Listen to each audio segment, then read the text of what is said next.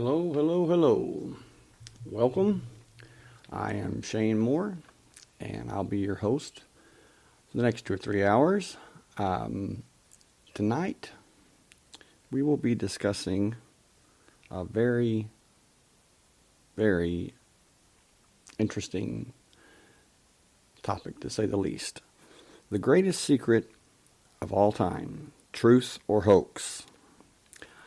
This is one of the, it is the greatest secret. I'm not sure if it's true or if it's a hoax. I will explain that there's two possibilities that,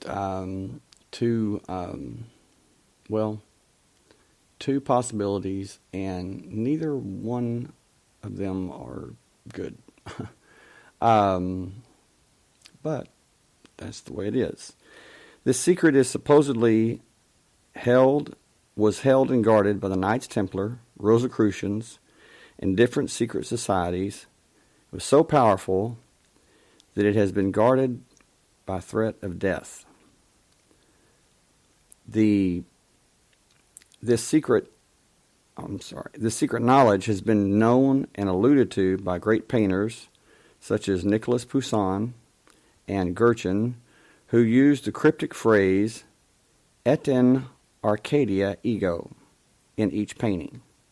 I'll explain the world of anagrams, wordplay, numbers, geometry, and much more. Too much information to name here. This knowledge has the power to affect the entire world and change the world as we know it. If you want to take part in the discussion, you may do so via our live chat or call in.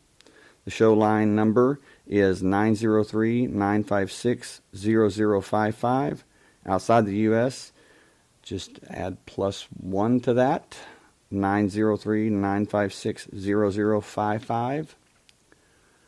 We'll take a short break and allow listeners who want to join our live chat to do so. Be back in 3 minutes.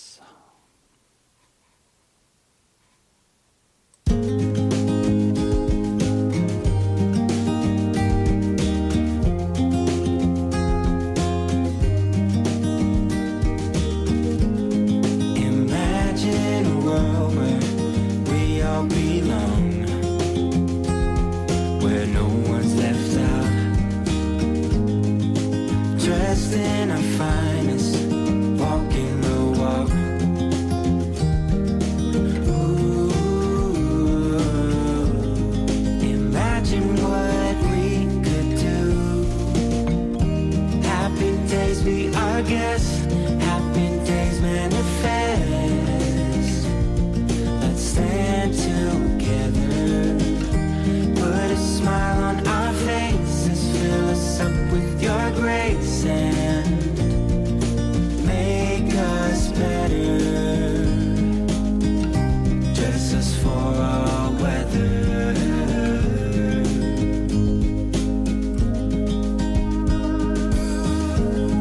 No need to seek shelter, everyone's free, and the best they can be. Tall grass sing songs and trees play a symphony.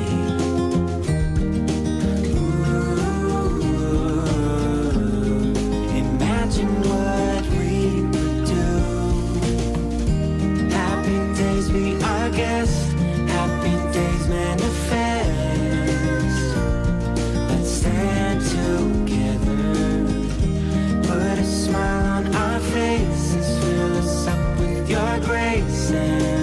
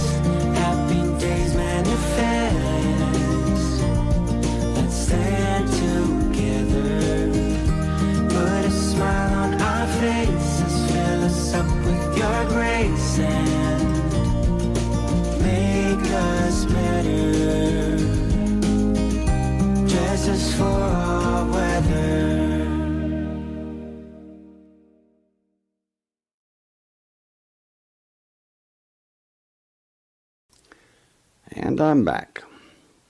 Anyway, we'll wait and let those who are going to join our live chat to do so. Like I said, this is a very controversial subject, very much so. This is a very, very, if not the most, I don't know, touchy subject that I've ever talked about publicly. This is something that I have researched for the last 18 years. This is like my baby, and it's just let's say night before last, maybe 2 nights ago, I saw something online, and it just clicked, and I was like, wow. So I did a little more research, and lo and behold, what I had thought, my theory, one of 2 theories. One was exactly what I thought. The other was something that was completely way out of my league. I never thought of that. But anyway, we will get to that. Hey, baby, there's Mona. For those of you who are joining us who aren't regular listeners, Mona is my fiance, and love you. Thank you. But this has to do with a secret. It's also called a treasure. And it is said that this treasure means death. You know, that would turn away many people from searching for this treasure. But it says that this treasure is death. It says that it is in a certain place and that it is death.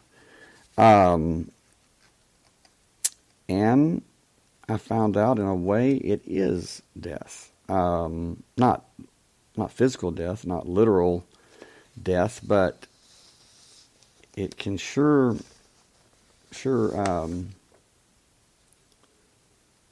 be considered a type of death. I guess a death of your belief, if it's true. No, that's just it. If it's true. And this is, I'm really going out on a limb on this because I want people to know what may be coming. And on the other hand, when I say I'm going out on a limb, there's probably going to be a lot of people that are going to hate me for even bringing this topic up.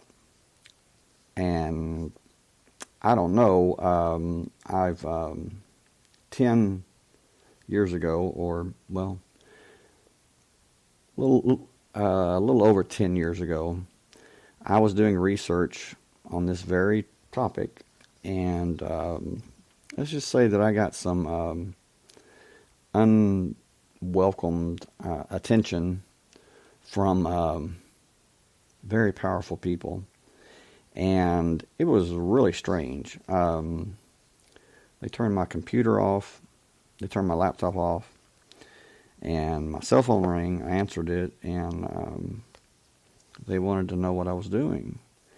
And I told them that I was just, I asked them, I said, who is this? And they were an agency with no name, but very professional. Very curt, very direct to the point. They were not playing games. And when I asked for their credentials, for this person's credentials, He gave them to me, just boom, boom, boom, boom, boom. So I waited about a minute and asked him for his credentials again. And it was the same. Boom, boom, boom, boom, boom.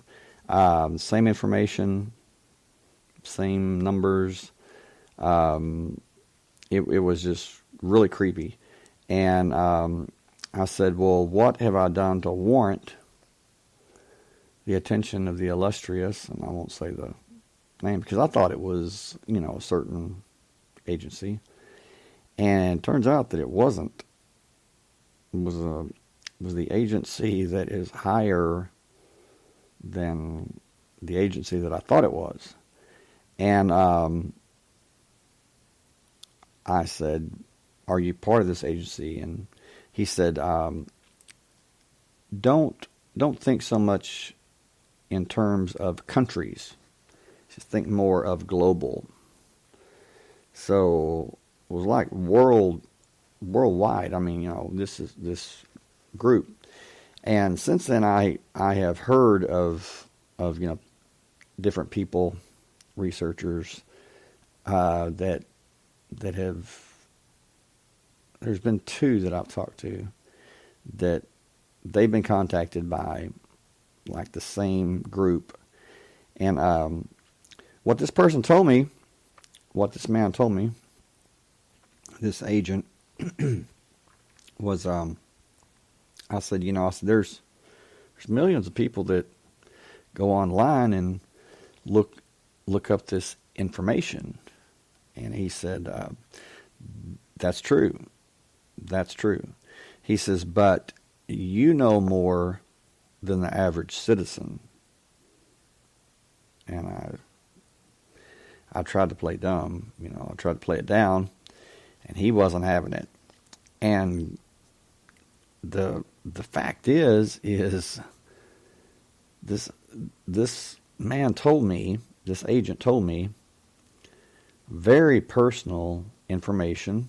It was like hey Nazarene, glad you joined us. It was very personal information, things that that only I would know. The guy read off my social security number. He told me my mother's maiden name. He told me my father's name, when I was born, where I was born, and man, just boom, boom, boom. Like I said, it was like there was a file on me, and lo and behold, he says he had a very German accent, and he says, we have been monitoring you a long time. My German accent sucks, so but I said, okay. And he says, why are you looking this information up? I said, well, I'm just fascinated by it, And he says, but why? I said, well, I have been since 2001. I said, I read this book, Holy Blood, Holy Grail. And by the way, for those of you that know about that book, I don't agree with everything in that book. In fact, I don't agree with most of that book. But it led me to dig and search and research until I came to a pretty good conclusion. It took 18 years, but it is so complex, so intricate, so sophisticated. There are codes, there are ciphers, there are anagrams, and what is really, really amazing is that this all has been hidden in plain sight the whole time. The information is all around us. it's like there's a world that is going on, and unless you know the language, hey Patricia, glad you joined us. It's like there's a world going on around us, and there is. And unless you know the language, their language, which is symbolism, anagrams, wordplay, and when I say wordplay, I don't mean just English. This has been encoded or ciphered or whatever you want to call it, in like 3 or 4 different languages, and they're mixed together. So you really have to, it's a real mind bender. We're talking Latin, Greek, Hebrew, English, but it goes back to the small village of Rennes-le-Château in southwestern France, which is part of a 40-mile outside sanctuary or temple. It's a temple, that's what they call it. An outdoor temple. And the points of the pentagram, and the pentagram actually faces up, so, the points of the pentagram are mountain peaks. And I have no idea how, but there are signs. You can go online, you can Google it. Google mountains mazered or mountains moved, welding marks, and I have seen these mountains. I haven't seen them in person, but I've seen them online, and there are striations, and when you zoom in or you get a close picture, you see where the mountains, where the granite has been melted. Yes, melted. And it looks like a welder's bead. And we're talking mountains. We're not talking about just a small, like a headstone, for a grave. We're talking about a mountain. This is in the Pyrenees, southwestern France, northern Spain. Entire mountains. And they have been, it looks like that they have been moved or they've been placed on top and attached by some intense heat. When I say intense, I mean it's more than a laser. It's a maser. That would be maser technology.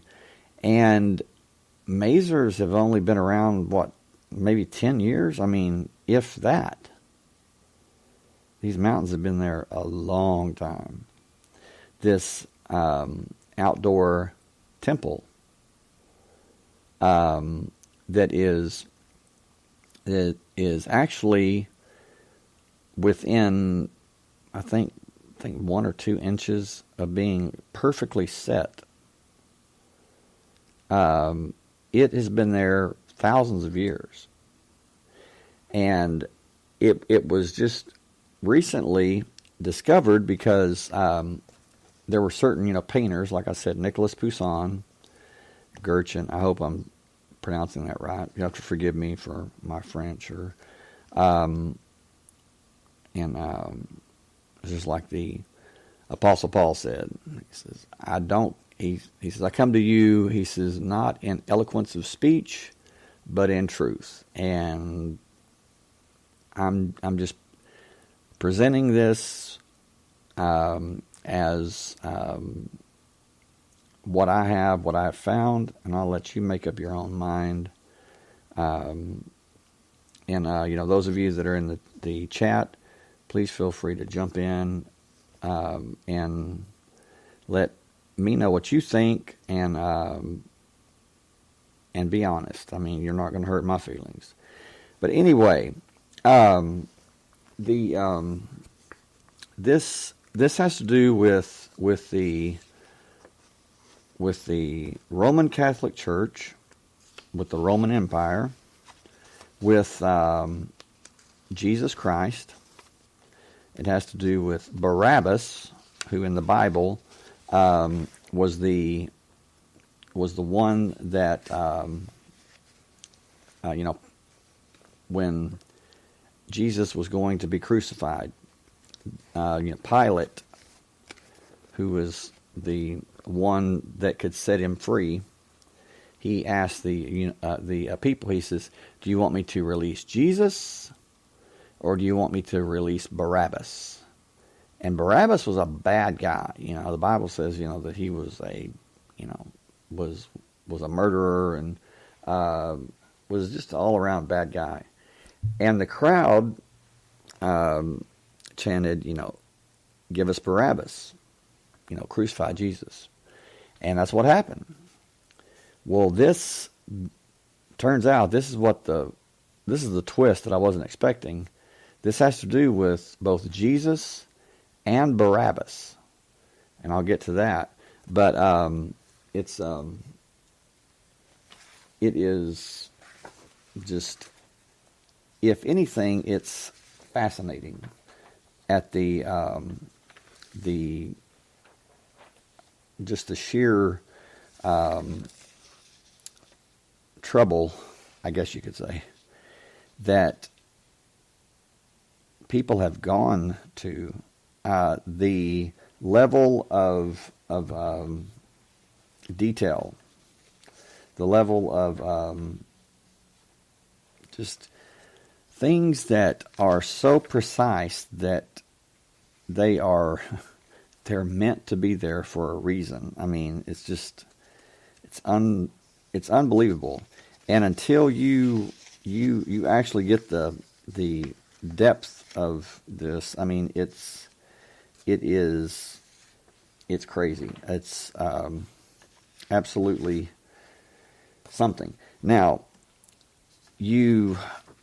what I had to do was I had to ask myself, okay, if this is a hoax, then why would anyone go to such trouble for a hoax? And when I say trouble, I mean it is there have been people that have been murdered, or they've been executed for having this information, and it seems like that that you can study this, you can learn about this, you can research it, and you're fine. But when you when you get close to the truth, that's when things begin to happen, and it's not good. But I'm not one to back away. I mean, I'm like a pit bull. When I bite on something, I don't let it go until I figure it out. And it may lead to my undoing. I mean, but this also has to do with Nostradamus, Jules Verne, the Book of Revelation, the Ark of the Covenant, the Holy Grail. It reaches into governments, to the highest officials, reaches into secret societies, even secret societies today. It reaches into intelligence agencies, books, authors, and I'm talking really, really popular books, really popular authors. Yeah. Jules Verne. Jules Verne wrote a lot of his books, and he used the names of places and people in Rennes-le-Chateau. And it's like a lot of people, the Rennes-le-Chateau, what's that? I mean, I've never heard of that. Most people haven't. Back in, I believe it was the 1400s.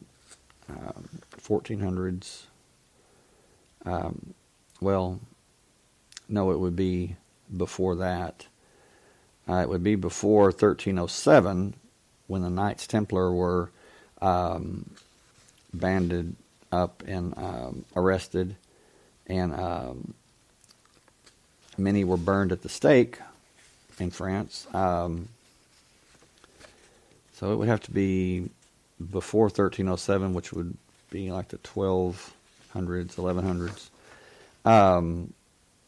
It's Rennes-le-Chateau used to be called Rede, R-H-E-D-A-E,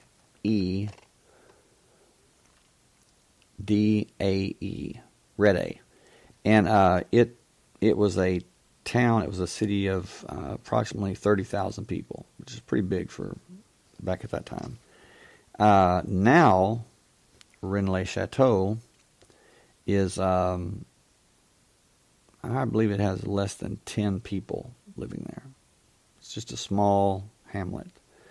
But what took place was in the latter 1800s, there was a priest, or a parish priest that was hired to be the priest there at Rennes-le-Chateau, and he came upon some information that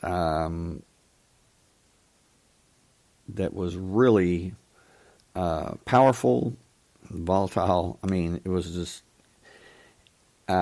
he could read a little bit of it, but he wasn't fluent in Latin or Greek. So he found parchments that were very clearly, they were coded. There was a code to them. There were letters that were raised. There were dots on some of the letters. So he went from Rennes-le-Chateau to Paris, and he went to the church of Saint Sulpice and had these parchments decoded. Now, what happened there is that that when he went to have these parchments decoded, this guy was making I think it was like $30 a month, maybe. I mean, very, just, I mean, he had to literally eat meals with his housekeeper.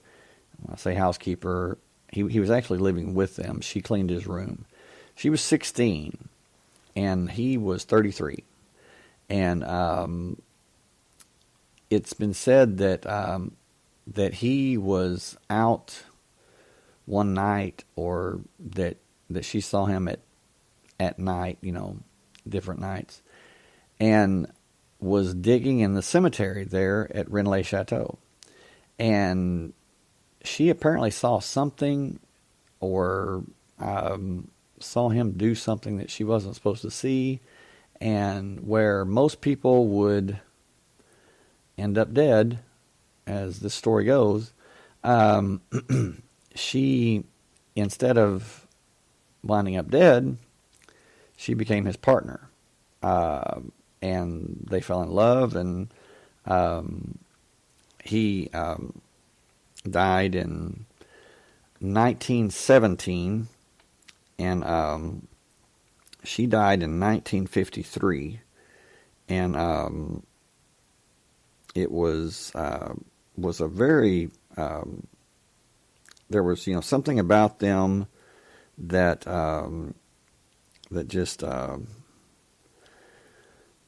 guess you could call it a love story or whatever. But she went to his grave every day from 1917 to 1953.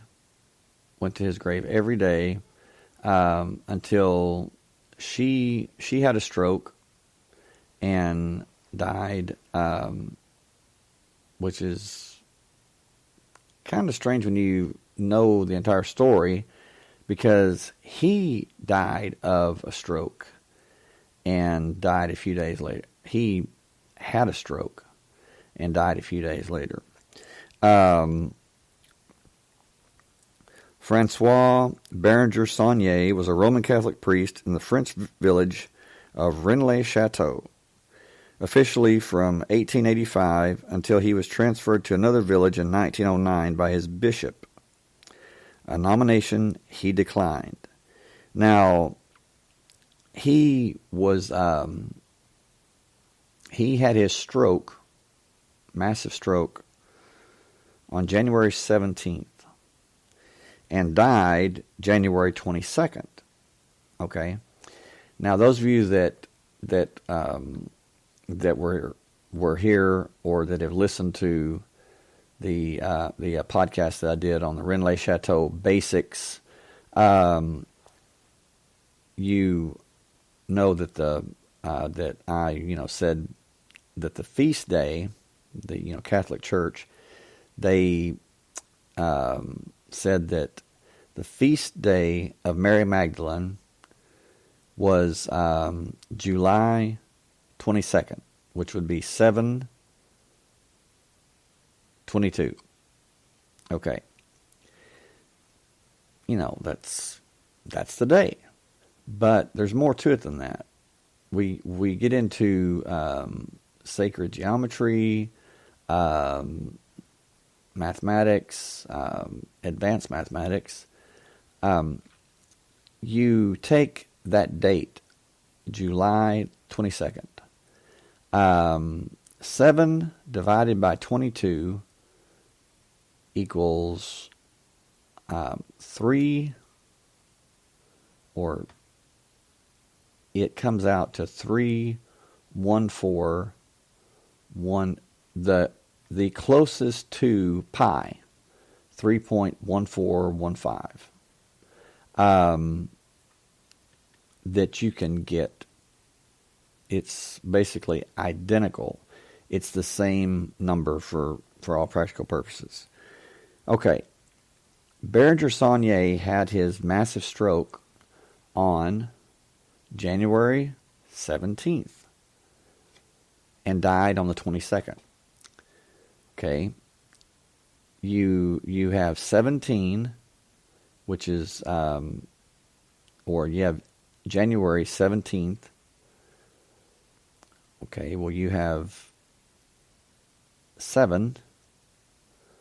7, 1 into 7 is 7. And then you have January 22nd. There's the 7 and the 22 again, which equals, comes out to pi. That's what's hidden. And there's something about pi. I mean, pi is a really powerful number. I mean, it's just, it goes on for what? Infinity. I mean, it just goes on and on and on. And it doesn't, there's no pattern, there's nothing. It just keeps going. There's something about pi that is very, very important in this. And your guess is as good as mine. We'll go through this, and maybe if you have any insight, you can share what you what you know. I mean, or just, give me what you think. Tell me what you think. But anyway, Berenger Saunier was born April 11th, 1852, and died January 22nd, 1917.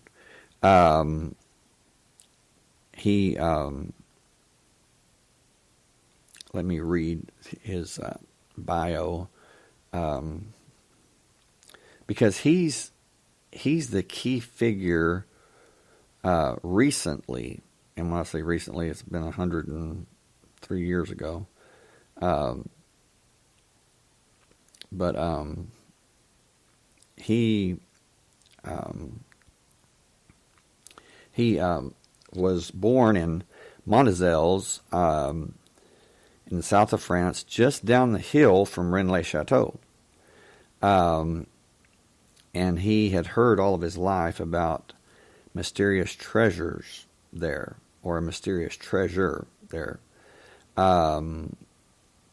He was a nice-looking man, and at the age of 33, he was made priest of the tiny church of St. Mary Magdalene in the peasant village of Rennes-le-Château. And so it says that he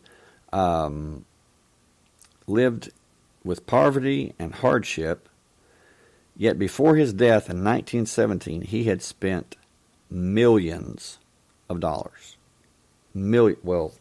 Francs, whatever. In today's currency, it would be millions. And this guy was, priest of a very small, poor village. But he had so much money coming in that he had exotic animals. His mistress, or I guess you could call her mistress, Marie de Nardaud, she wore the best designer dresses from Paris. He had liquor, the best liquor brought in, the best wines brought in. This guy was living the life of luxury. He began a building plan and built a mansion called, it would be Bethany, which is very strange because Bethany is where, in the Bible, that's where Mary and Martha, the sisters of Lazarus, lived, was in Bethany. And it was the Villa Bethania, and for some reason he never lived in that mansion. He said that it would be a home for old priests that were dying or whatever, would be a place for them to stay. But ironically, there was never a priest that ever came to die there. Just very strange. He built this huge mansion, and no, it seemed like that it was actually built to meet with very important powers, people, the powers that be. This small time parish priest of Rennes-le-Château was rubbing elbows and was friends with, and was had visit him the Habsburgs, the Austrian royal family, the Prussian royal family. He was a nephew of Joseph Habsburg, Jean Orth. He was a nephew. He walked away from everything and went to Rennes-le-Chateau, got together with Berenger Saunier. They traveled to, I believe it was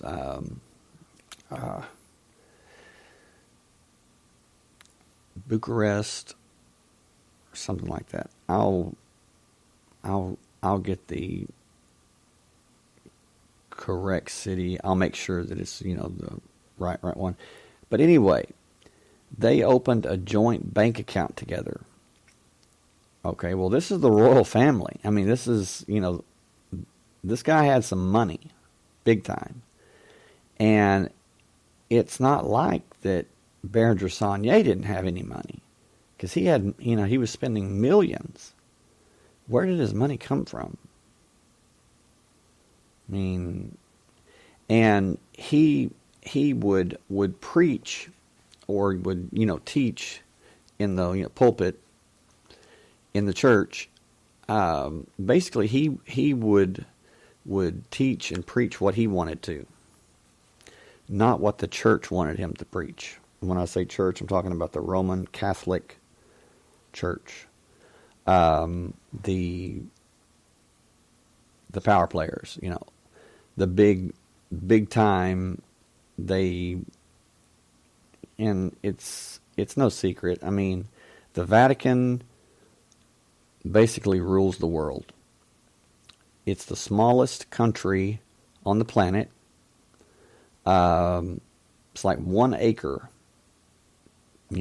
just very, very small. But it's the richest country on the planet. Much richer than the United States.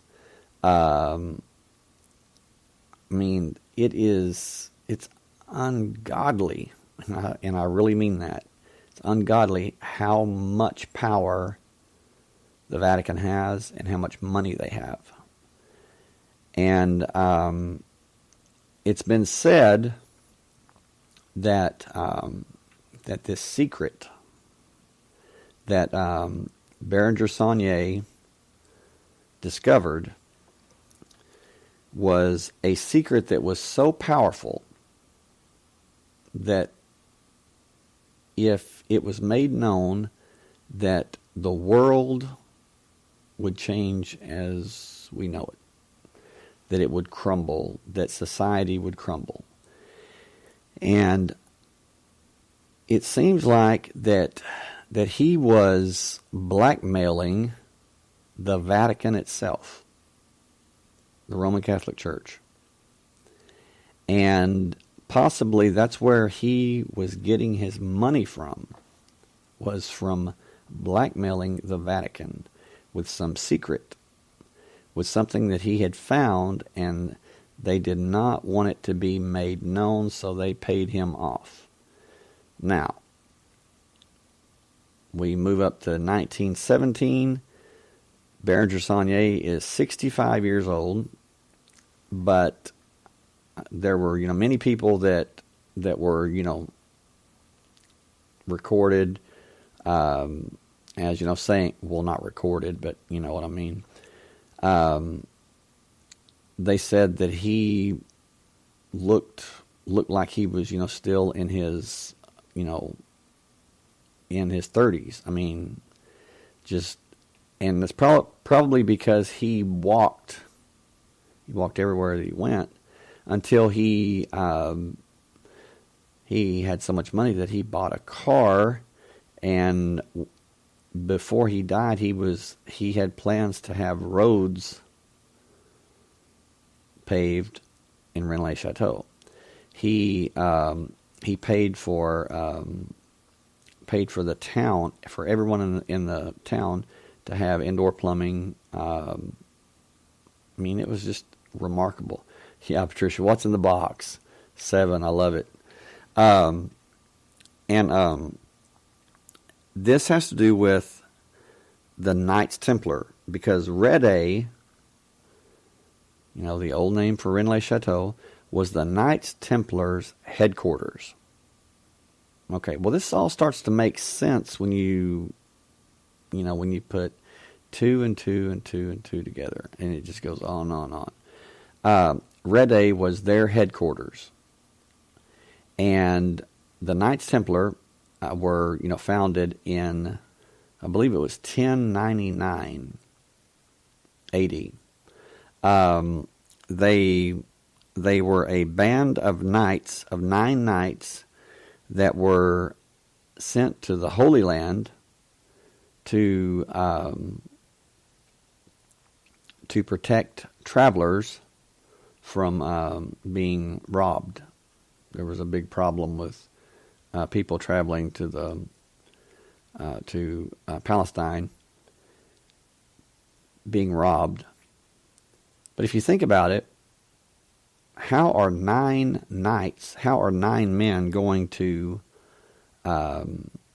protect everyone? They're not. It's a front. And that same tactic goes on today. People's, there's fronts all over the place. Businesses, and organizations, even people, it's like they're not what they seem. Matter of fact, they're just the opposite. Okay. The 9 knights were sent to the Holy Land, Palestine, what became Israel, and they made their dwelling where they stayed in the stables in what was Solomon's temple that was destroyed, and where they stayed in the stables that supposedly held Solomon's horses.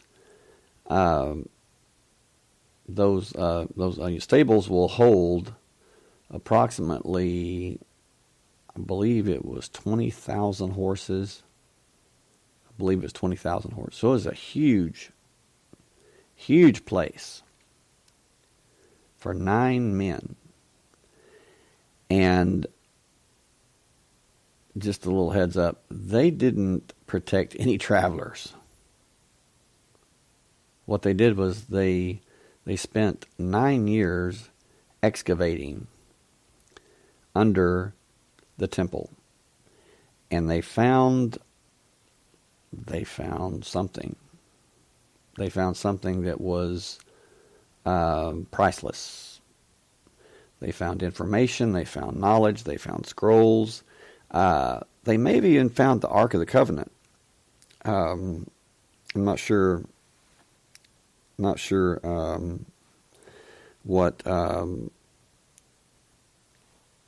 what they found. Well, I'll get to that. And let me tell you, it is a mind blower. Okay, so get ready. I'm not saying that I believe it. I'm just putting it out there for you. And yes, I'm going to be the one to rock the boat. Again, I'm not saying I believe it. I'm just putting it out there so everyone will know that's listening to this that, Shane may be insane, for even bringing this up. But I want to bring it up because there's the Priory of Sion, Sion, is probably the oldest secret society in existence. And there's a lot of people that say, well, that's a hoax, that was made up. There's a guy, Pierre Plantard, in the 40s, was a prankster, and he made this up, and it's just a bunch of BS and everything. Well, no, I don't think so. I think that Pierre Plantard was a prankster.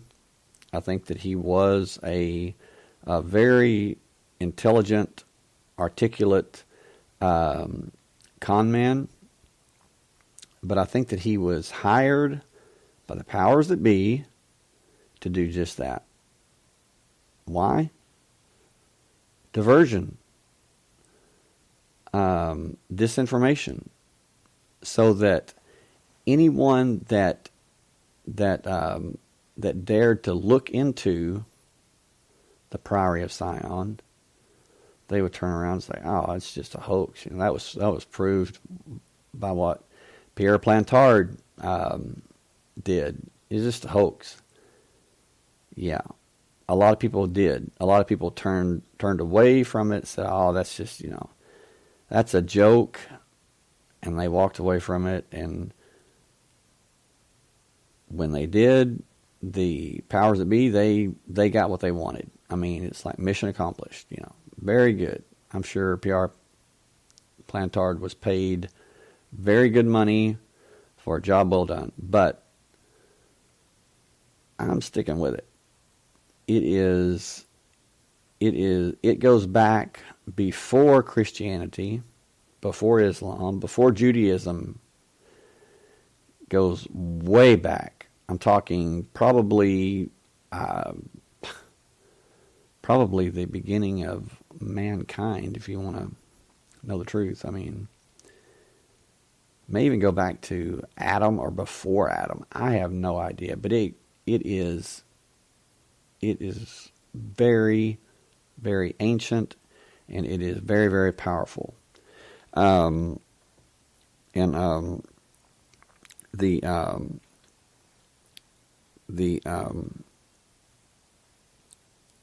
There's kings and queens like Blanche of Castile was one that was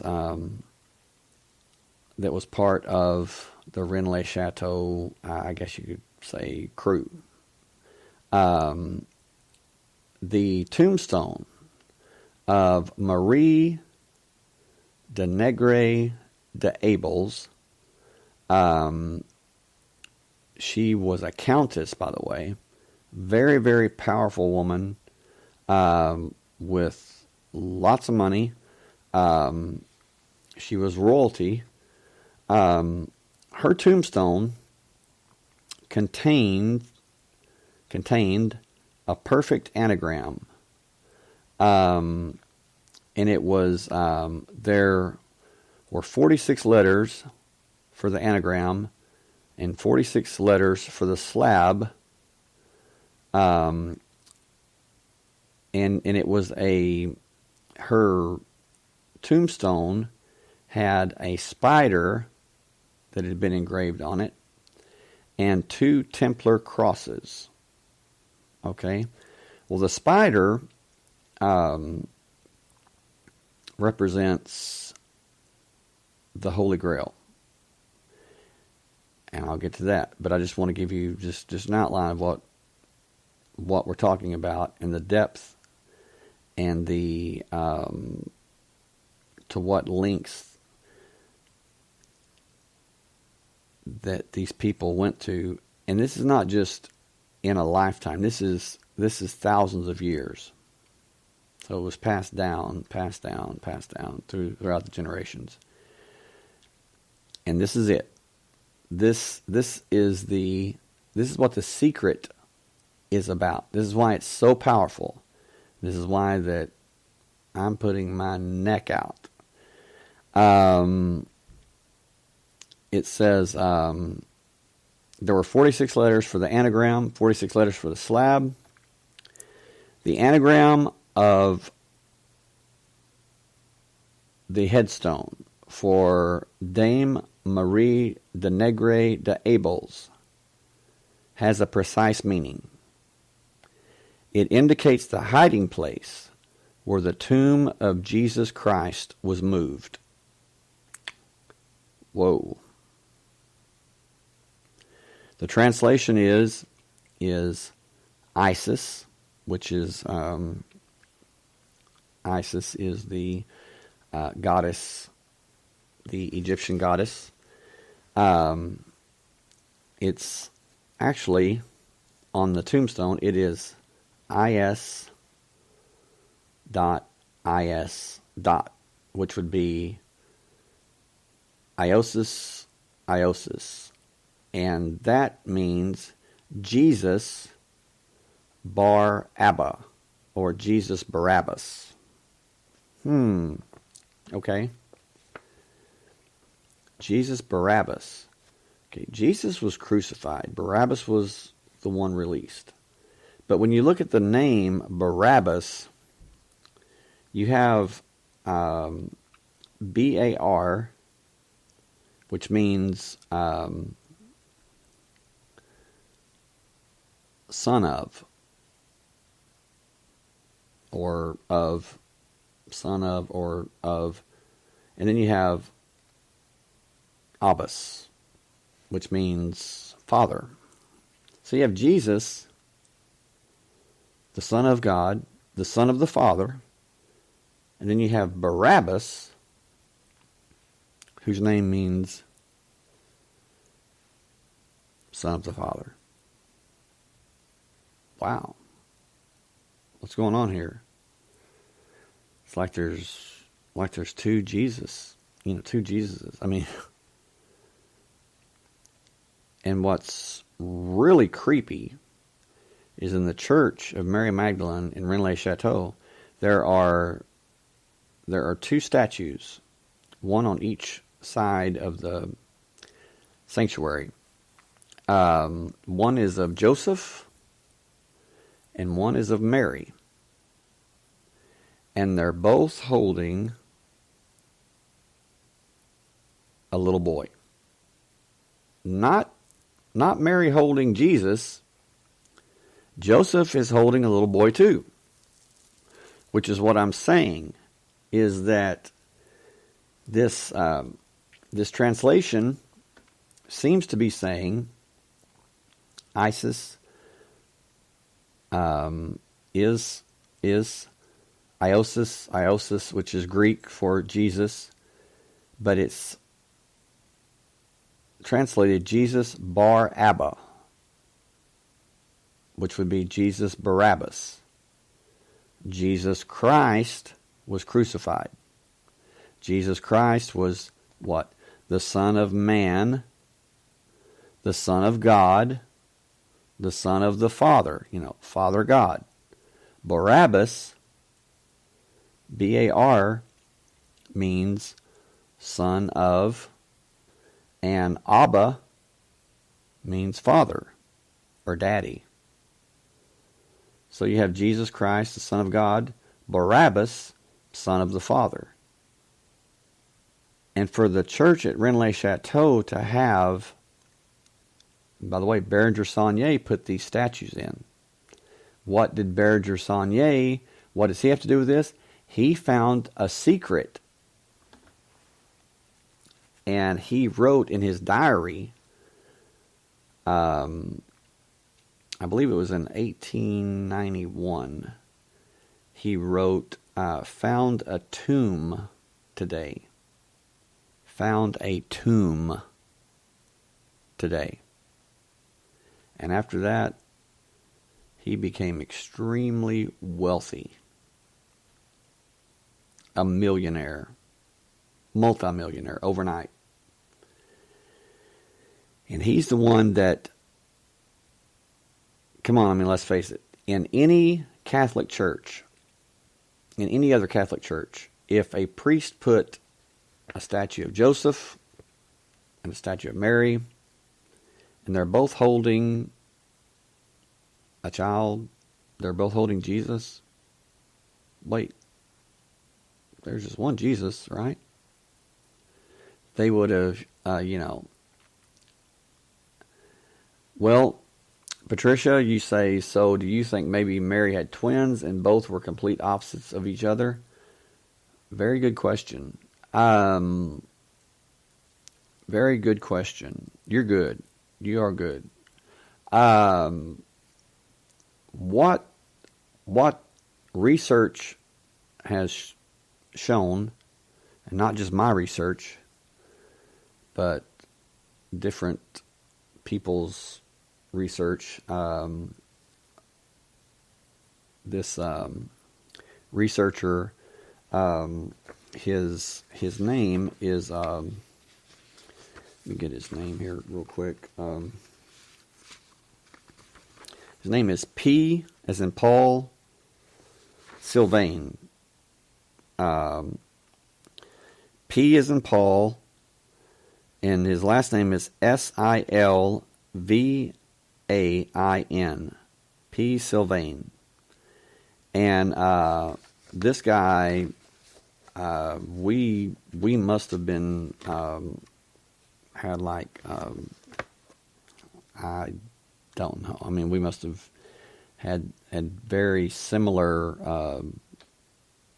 I don't know, like our minds were on the same page. I'll tell you that, because when I first started my research in 2001, it wasn't long before I knew that the secret had to do with, they were going to say that Jesus did not die on the cross. And let me say that again.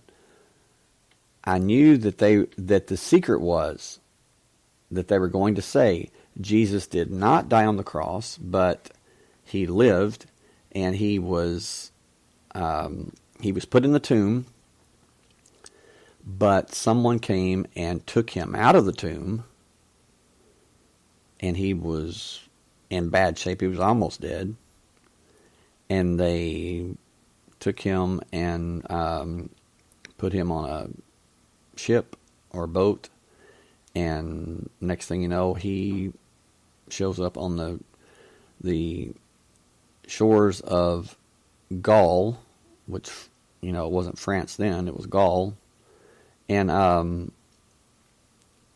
this is just that is local legend says that in 42 AD that a small boat arrived on the shores of Gaul, and that it was Mary Magdalene, Martha, and their brother Lazarus. And some accounts say that there was a mummified body that was in that boat. Some accounts say that there wasn't a body. It doesn't mention a body, but some accounts say that Jesus and Mary Magdalene were married, and that when he supposedly, or they say that he survived the cross, and that he and Mary Magdalene moved to Rennes-le-Château in southwestern France and lived out the rest of their days.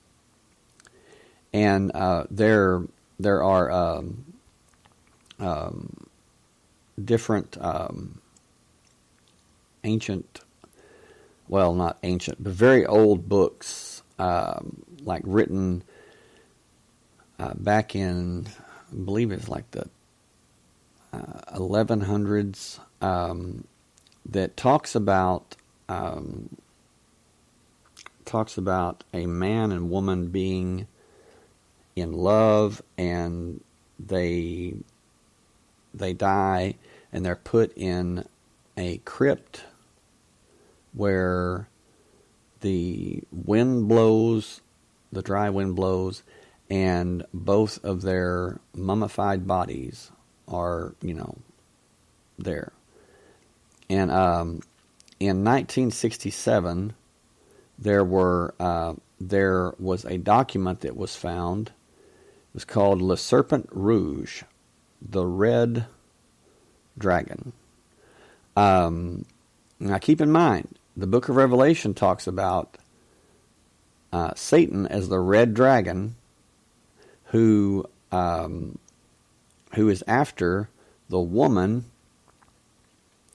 who is about to give birth to the man-child Okay, well, this document, Le Serpent Rouge, the red dragon, talks about what seems to be describing Jesus and Mary Magdalene in a tomb together in the area of Rennes-le-Château.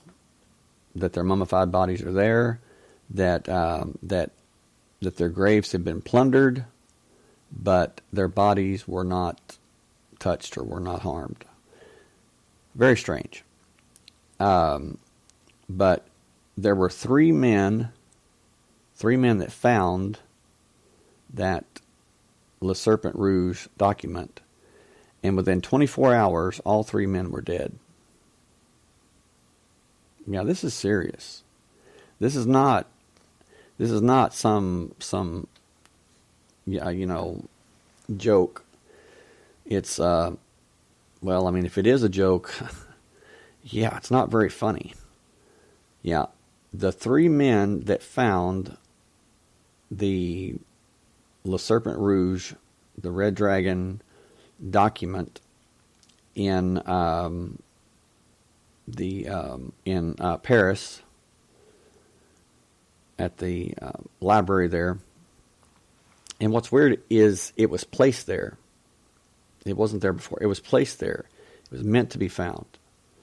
Okay, well, these three men found it, and like I said, within 24 hours, all three men were dead. Okay, Patricia, you say, so he was still alive when he arrived there, right? So when he was released from the tomb, it was like the 3 days and then resurrected. Well, you say when he arrived there. Okay. Yes, that's what they're saying.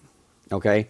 But I have something that I've documented, that I noticed, that nobody that I've ever heard has ever addressed this. And it's this.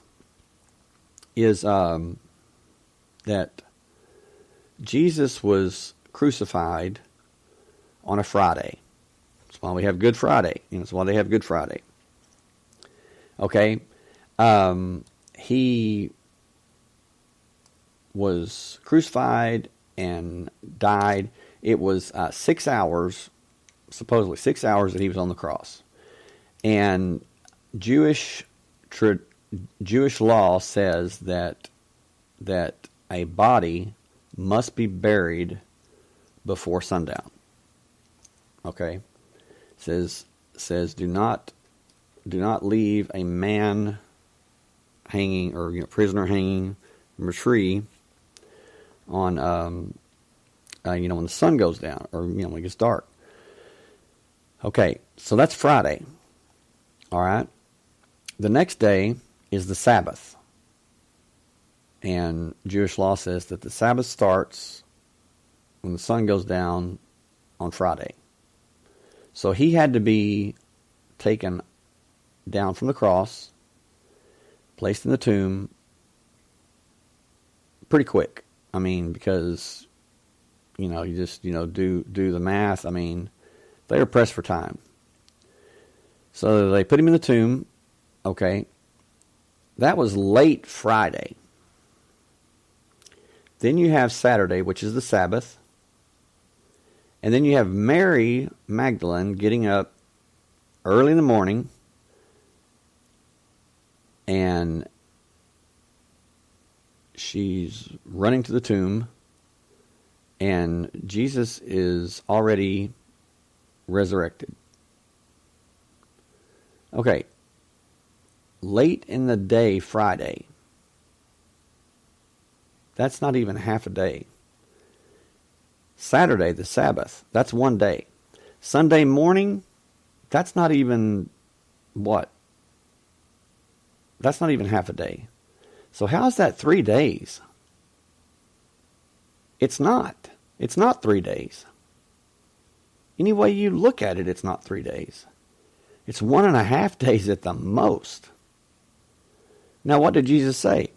He said, just as Jonah was in the belly of the fish, He says, so the Son of Man will be in the belly of the earth, talking about hell. He says, for 3 days. But it's not 3 days.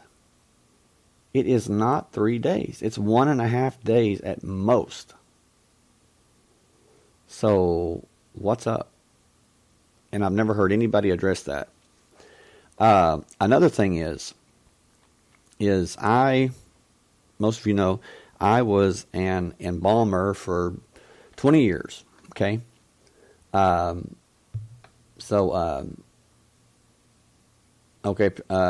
you say, I knew it wasn't 3 days, but I just guesstimated, as I didn't exactly remember. It was not 3 days, exactly. But it says, and everybody says, well, he was in the tomb for 3 days and 3 nights. Really? Whoa, you're a biblical scholar. Yeah. Patricia, you say maybe it was the brother guy. Wasn't his brother if you're talking about Barabbas. But this is, that's also what they're hinting at.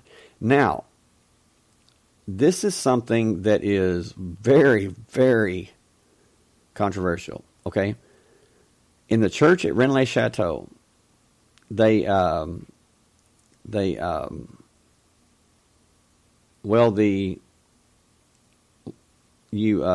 you're asking, was it Barabbas that went into hell for 3 days? Well, no, because it's said that Jesus did. And they say 3 days. It's just, something that just rolls off the tongue. 3 days, yeah, 3 days. 3 days, 3 nights. But it doesn't add up. It does not add up. It doesn't make sense. And I am not anti-Christian. I'm not anti-Christ. Please understand that. But when I'm looking at something, I don't care what it is. When I'm looking at something, truth is truth. And the truth is, it's not 3 days. It just isn't. And I call it like it is. So, and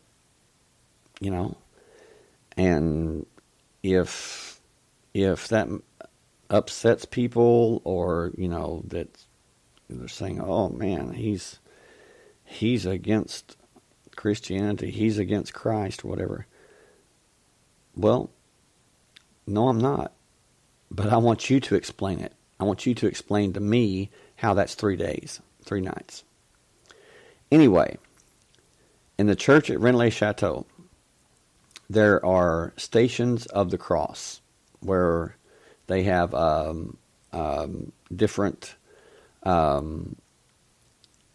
stops in the Jesus on his way to the cross, and they're very strange. They're very strange. And Berenger Saunier had them personally made. And one is of Jesus stopping, and there's a little boy wearing a Scottish tartan, like the skirt or whatever. I forget what you call it. Anyway, Scottish, wearing a Scottish tartan, and it's like, well, I didn't read about that in the Bible. I didn't read about a little Scottish boy, But when you delve into the backstory, in 1307, when the Knights Templar were arrested, well, they weren't all arrested. Matter of fact, out of all of the Knights Templar, very few were actually arrested. I think it was like 60, and there were many more. what happened is they were tipped off. Someone or some group told the Knights Templar, hey, look, the king and the pope are coming for you. Because what happened is the Knights Templar became so rich from this secret. They became so rich that the king of France at the time had borrowed so much money from them, and he couldn't pay it back. And the Knights Templar, they were working for the Pope, but they got so powerful that they're like, we don't have to listen to you. We do what we want to do. And the Pope says, we'll see about that. He joins forces with the King of France. King of France says, you know what, I owe these guys a ton of money and interest, and I can't pay them. You know what? Let's arrest them. That'll wipe the slate clean. So, on October the 13th, Friday the 13th, that's where Friday the 13th comes from, by the way, 1307, the Knights Templar in France were rounded up, and charges were brought against them of devil worship and desecrating the cross and desecrating Christ and blasphemy and sodomy and all this stuff, all kinds of stuff. And they were burned at the stake later, of course, after their trials and everything. But those that were tipped off, it was said that they had the treasures or the gold of Solomon's temple. Now, get this. The gold of Solomon's temple would amount to, I believe, somewhere around 20 tons of gold, if not more.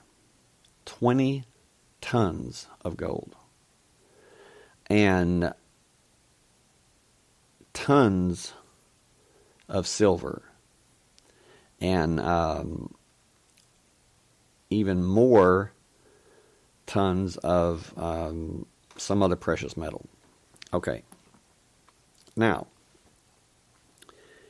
these Knights Templar, they loaded 20 ships, I believe it was 20 ships, at La Roche in France, and set sail and were never seen again. Okay, so when the King of France and the Pope said, okay, we're going to, the Knights Templar are going to pay. Yes, we owed them money, but we're going to get their money now. They went in and they didn't find anything. Why? They were tipped off, and they took all their gold, their silver, all their riches, loaded it all up at La Roche in France, and set sail, and were never seen again. It has been said that they took the treasure to Oak Island, Nova Scotia. Some say that they took the treasure to somewhere near the Great Lakes. Who knows? But wherever it is, it's there. And man, you talk about today. 20 tons, I believe. I believe it's 20 tons. It might be more. It might be 200. I don't know. But anyway, it is an ungodly amount of gold, and I'm talking, like pure gold. It's the gold that was used in the Holy of Holies, which was pure gold. And then we, get into, well, why was it pure gold? Why was gold used? Well, gold is a conductor. of electricity. Gold is used in everything. Computers, TVs, wristwatches, everything. Gold was used in the Ark of the Covenant. And I believe that was part of, Solomon's temple treasure was the Ark of the Covenant. Now, this goes back to there was the Romans that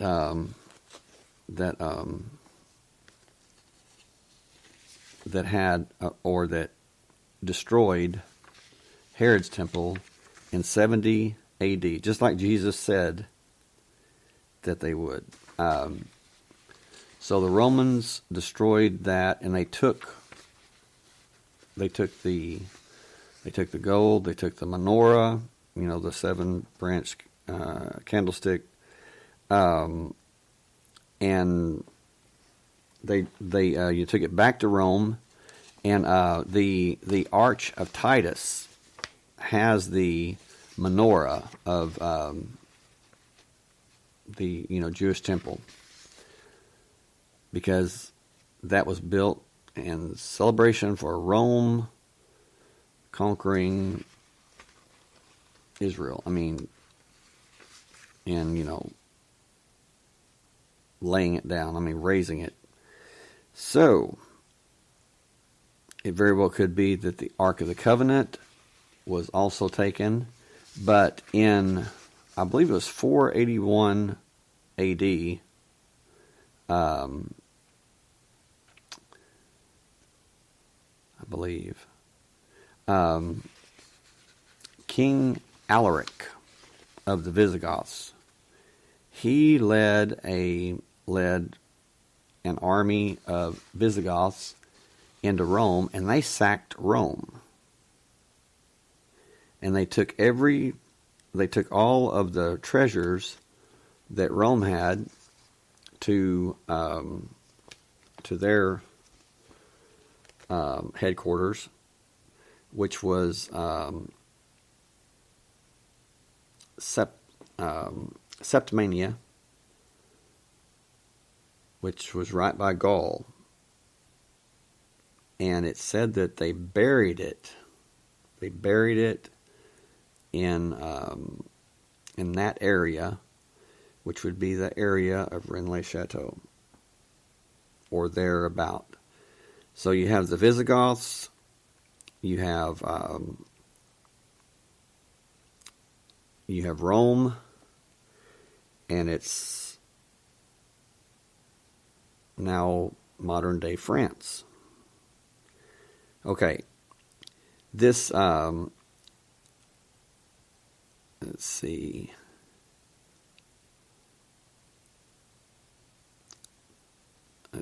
Pericles says, shortly after the death of the Emperor Rodolph II, 3 treasures that have never been revealed to the world will be discovered. And he lived from 1493 to 1541.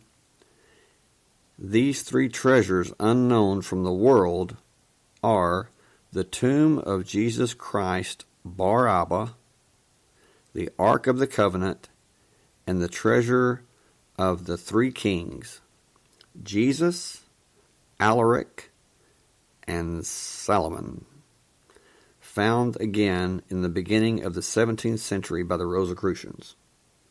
So, this is what they're saying.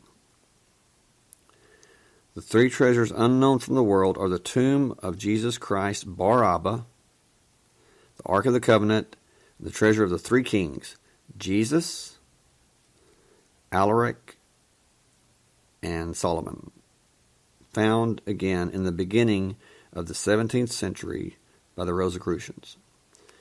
So there's Jesus from Israel, or Palestine, tribe of Judah. You have Alaric, the Visigoth, that sacked Rome. And then you've got Solomon, that from King David's son that was king. So it's very, very strange. Very, it just gets deeper and deeper and deeper and more fascinating, because if, and I'm saying if it could be, proven that Jesus Christ, that Christianity gets its name from, that, the Lord Jesus Christ that was resurrected, that conquered death, hell, and the grave, if it could ever be proven that he did not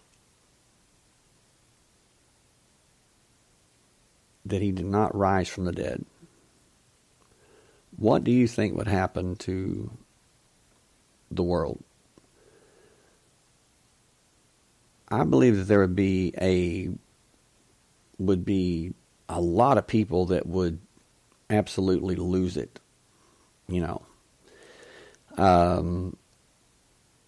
Me, yeah, it would really bother me, but I would be saying, okay, there's another way. There's always another way, Would I be bothered by it? Would I, commit suicide or whatever? No. But there's a lot of people that would. Yes, chaos everywhere. Well, I'm going to tell you now. Call me crazy or whatever, but that's exactly what I believe is coming. Is they're waiting for the time. They're waiting for the time, for the right time. They could do it now, but they're waiting for the right time. And I don't know what the right time is. I don't know what they're waiting on. They could do it right now. And say, hey, look, we did DNA tests. I don't know how they would check that. I mean, it's not like Jesus said, when he was alive, okay, I'm going to leave some of my blood so, future generations can test it. And it's like, I don't know how that would work. But something's going to happen.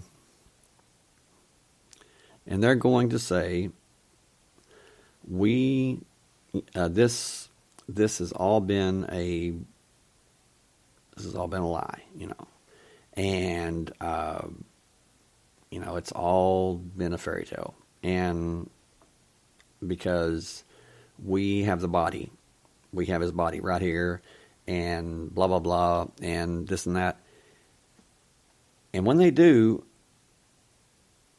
people are going to absolutely freak, because the Apostle Paul says in the book of Romans chapter 1, he says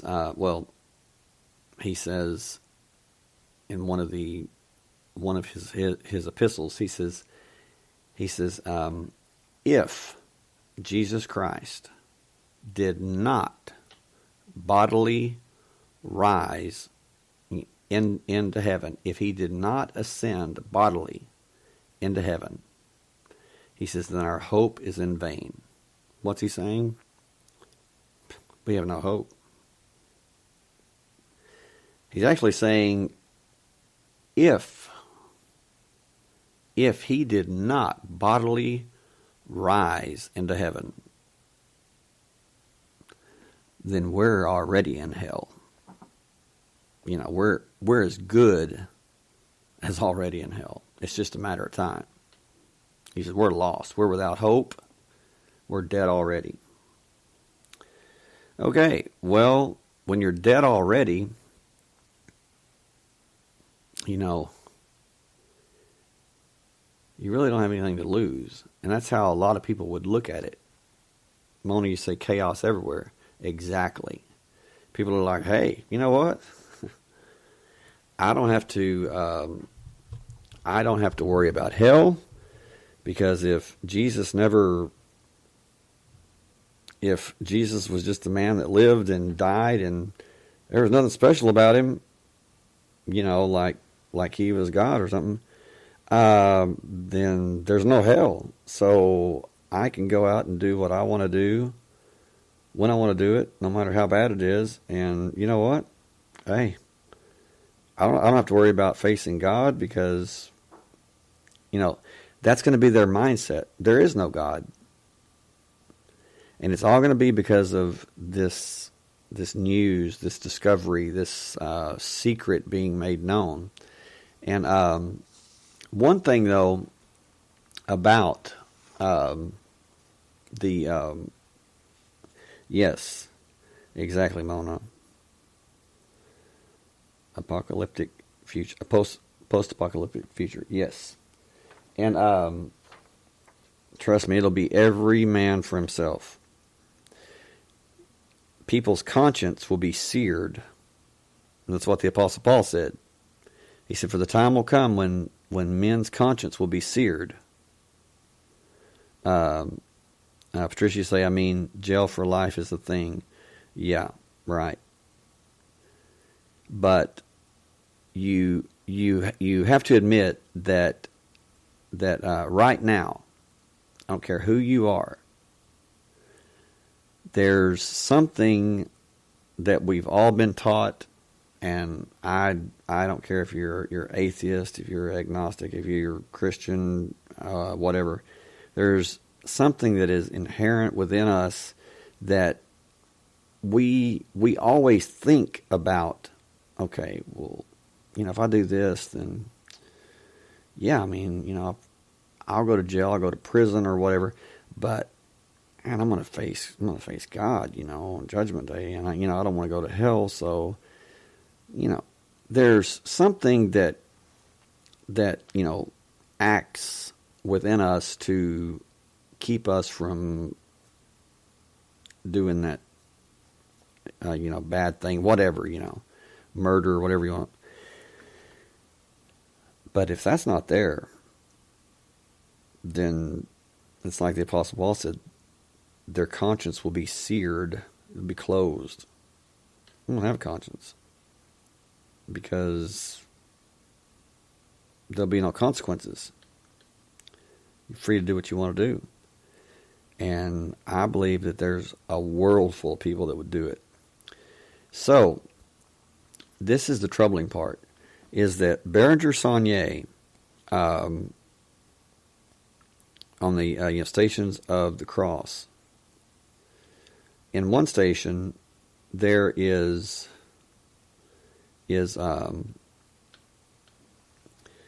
there's these men, looks like it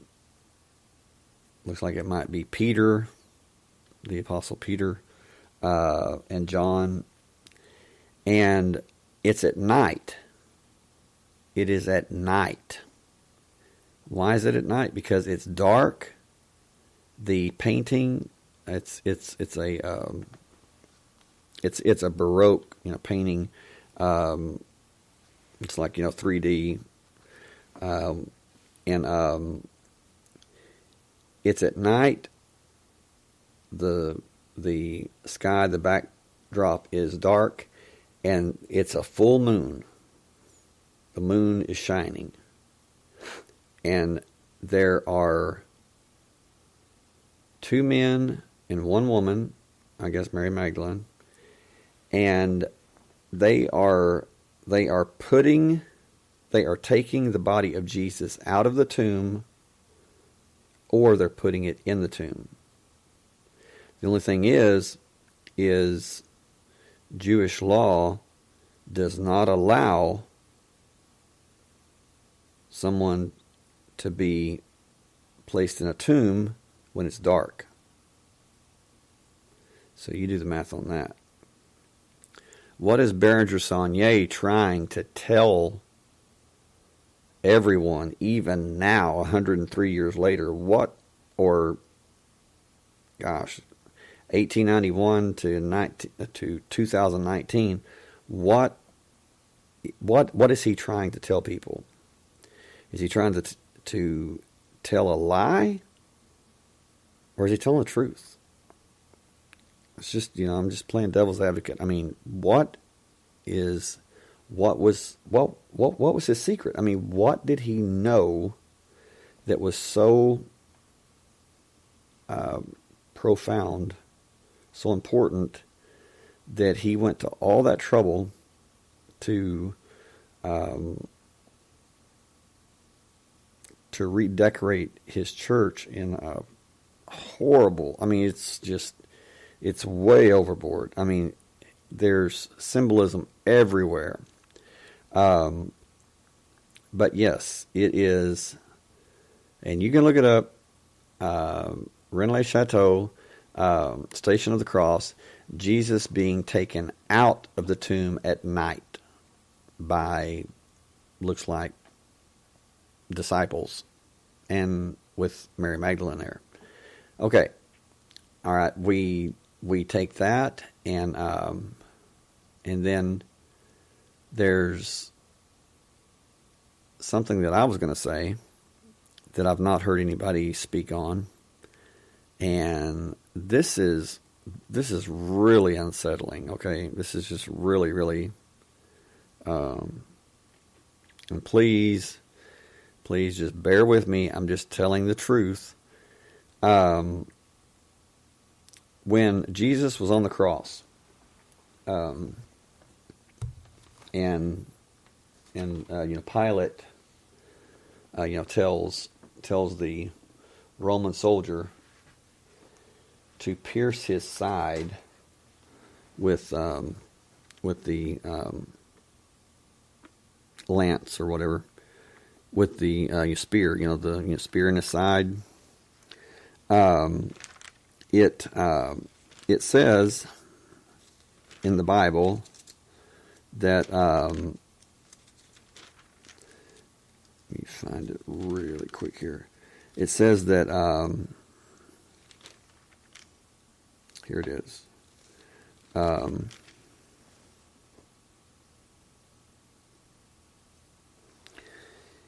Okay. Here we go.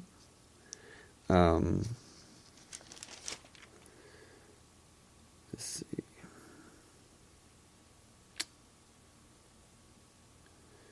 Well, nope, doesn't say there. I'll tell you what I'll do. It says that to make sure that Jesus was dead, that a spear was plunged into his side, right? And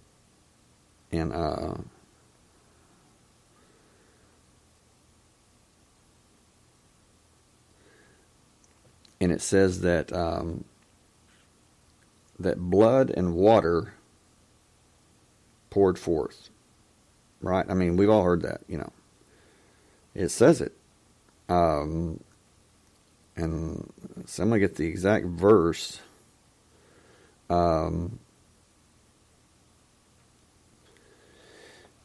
Okay. John chapter 19, verse 34.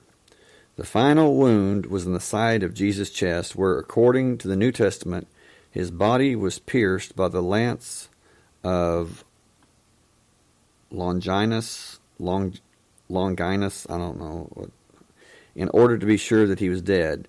The Gospel of John states that blood and water poured out of this wound. Okay, I was an embalmer for 20 years. Okay? This is the truth. This is what is really unsettling. He was pierced by the lance in order to be sure that he was dead. The Gospel of John states that blood and water poured out of this wound. Dead people do not bleed. When someone's dead, their heart is no longer pumping. I've seen it so many times. You can you could take a sword, you can make Swiss cheese out of them. And blood and water's not going to pour out of them unless their heart's beating. So, could this be written purposefully? Could this be written sending a message? He wasn't dead. You know? Because let's face it, I mean, it's pretty... If it's not a message saying that he wasn't dead, don't you think that they would have, you know, they would have left that out? I think so. I'm just saying, I mean, and that has always really bothered me. It's like, how did blood and water, you know, come out when dead people do not bleed? Now, it could be, and I'm just saying, God forgive me, you know, if I'm wrong, but I'm just saying, instead of yes, Mona, you say all of this is disturbing. It is disturbing because it's really painting a picture that, oh man, trust me, I do not want to even, you know, I don't want to go there, but I'm already there. And that's why that this secret, when I first started researching this, about the Knights Templar, about Rennes Chateau, about, it said, this treasure is in Sion, and it is death. Death of what? Death of belief? Could it be death of belief? Like, yeah, when you find out what this secret is, your faith, your belief system, it will be death to that. You know, I'm not saying that just for me, I'm saying that it may be for many other people. And, but that's John chapter 19, verse 34. Now, we'll take a quick break. We'll come right back. And there's a lot more that I want to get to. And I know Mona and Patricia, thank you for being here and staying here. And because I sure appreciate your input and really feed off of what your ideas and your comments and everything. But when I come back, there's a lot more, and it is really shocking. But we will get to that very soon, so don't go anywhere. Be right back.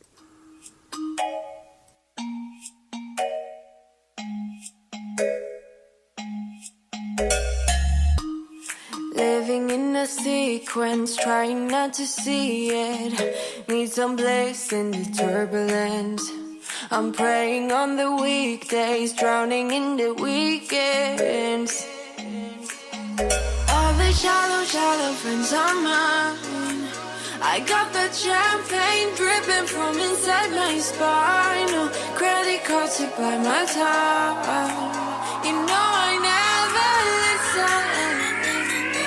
It's not too late for you to let it go to my beat. Rhythm makes me complete. Strip me down to my bare bones. Too long, phasing down the concrete. Moving like great machines. Strip me down to my bare bones. Haven't had a pause yet. Maxing out my mistakes. All my dreams might be made of gold. Dizzy on a Sunday, knocked out on the Mondays.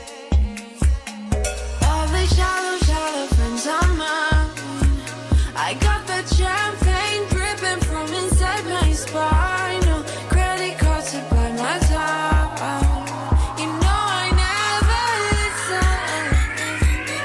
It's not too late for you to let it go to my beat. Rhythm makes me complete. Strip me down to my bare bones. Too long, phasing down the concrete. Moving like great machines. Strip me down to my bare bones.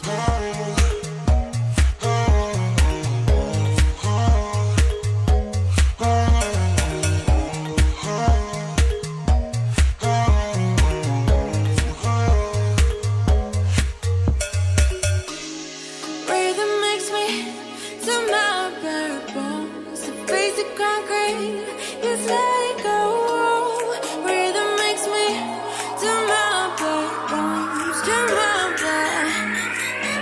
It's not too late for you to let it go to my beat. Rhythm makes me complete. Strip me down to my bare bones. Too long, phasing down the concrete. Moving like great machines. Strip me down to my bare bones. To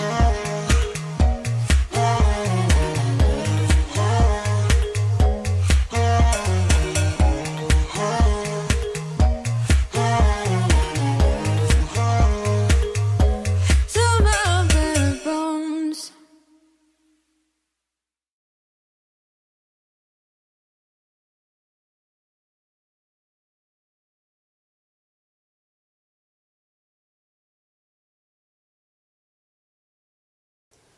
And I'm back.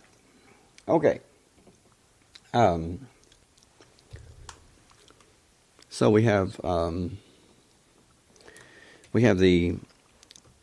term that is used in the different famous paintings et in Arcadia ego, which means and I am in Arcadia, which Arcadia was known as paradise. But this is just it. Is the tombstone that this cipher, this code was engraved on. It showed a certain number of inscriptions grouped and spread out in symmetrical order. We find the words in Latin and oddly a few Greek letters. Vertically, we see on right and left of the slab two groups of letters that have been taken as the inscription in Nicolas Poussin's painting Et in Arcadia Ego. Now remember, Nicolas Poussin is the master painter during the Renaissance. The guy was just absolutely the best of the best and brilliant. And he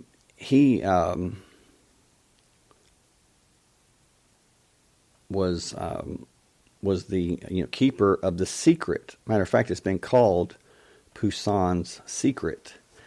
I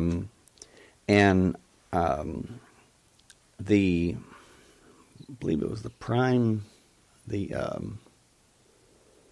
Minister of Finance in France at the time, Nicolas Fouquet. There were two Fouquet brothers, and was the Minister of Finance in France.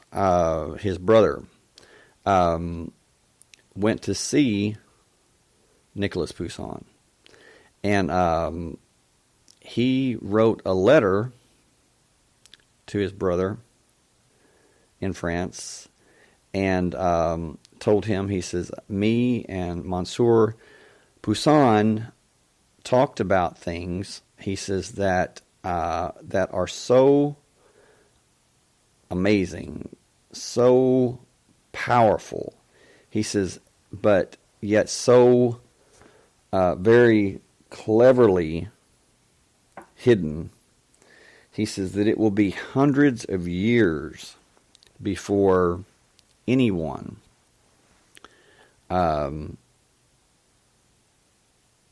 deciphers what this is.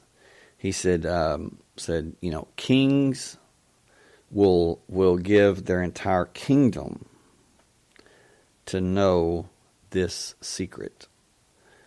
And, well, that didn't go over well with the King of France, or the Pope. They obviously wanted to know what he knew, and he wasn't talking. And many say that Fouquet became the man in the iron mask. He, in an iron mask, helmet, hood, whatever you want to call it, was put on his head, and he was placed in prison, and no one but the king could talk to him, because I guess they knew that he knew the secret, at least the Pope knew, and they didn't want him spreading that to anyone. And it has also been said that that those who know the secret, that they cannot be something like they can be imprisoned, but for some reason, I don't know what the deal is, but they can't be murdered or something like, or it's weird, because if, I guess there's some that can, some that can't. Saunier would be one that could not be, because let's face it, he was very clearly, it seems he was blackmailing the Roman Catholic Church. I mean, the Vatican. And my question is, well, why didn't they just, kill him? Why didn't they have some, knock him off? Save millions and just, kill the guy. Lord knows, during the Inquisition, they had no problem killing people, so why not just kill him? Well, seems like there's just some people that you just cannot do that. And I don't know what the deal is, but it's very strange. It gets even stranger. Believe it or not, it gets even stranger. Anyway, and I'll get to that in just a minute. In Poussin's painting, In Arcadia Ego, in the center of the slab are 4 Latin words grouped 2 by 2, which can be read horizontally as well as vertically. At the top are 2 capital letters, P and S. Priory of Sion. Hello. Wound around these letters is a curve that starts before the P and ends in front of the S. Golden spiral. Hello. 1.618. The divine ratio. What is divine? It is God. What's it saying? Well, you do the math on that. Who are we talking about? The Son of God. And that's how,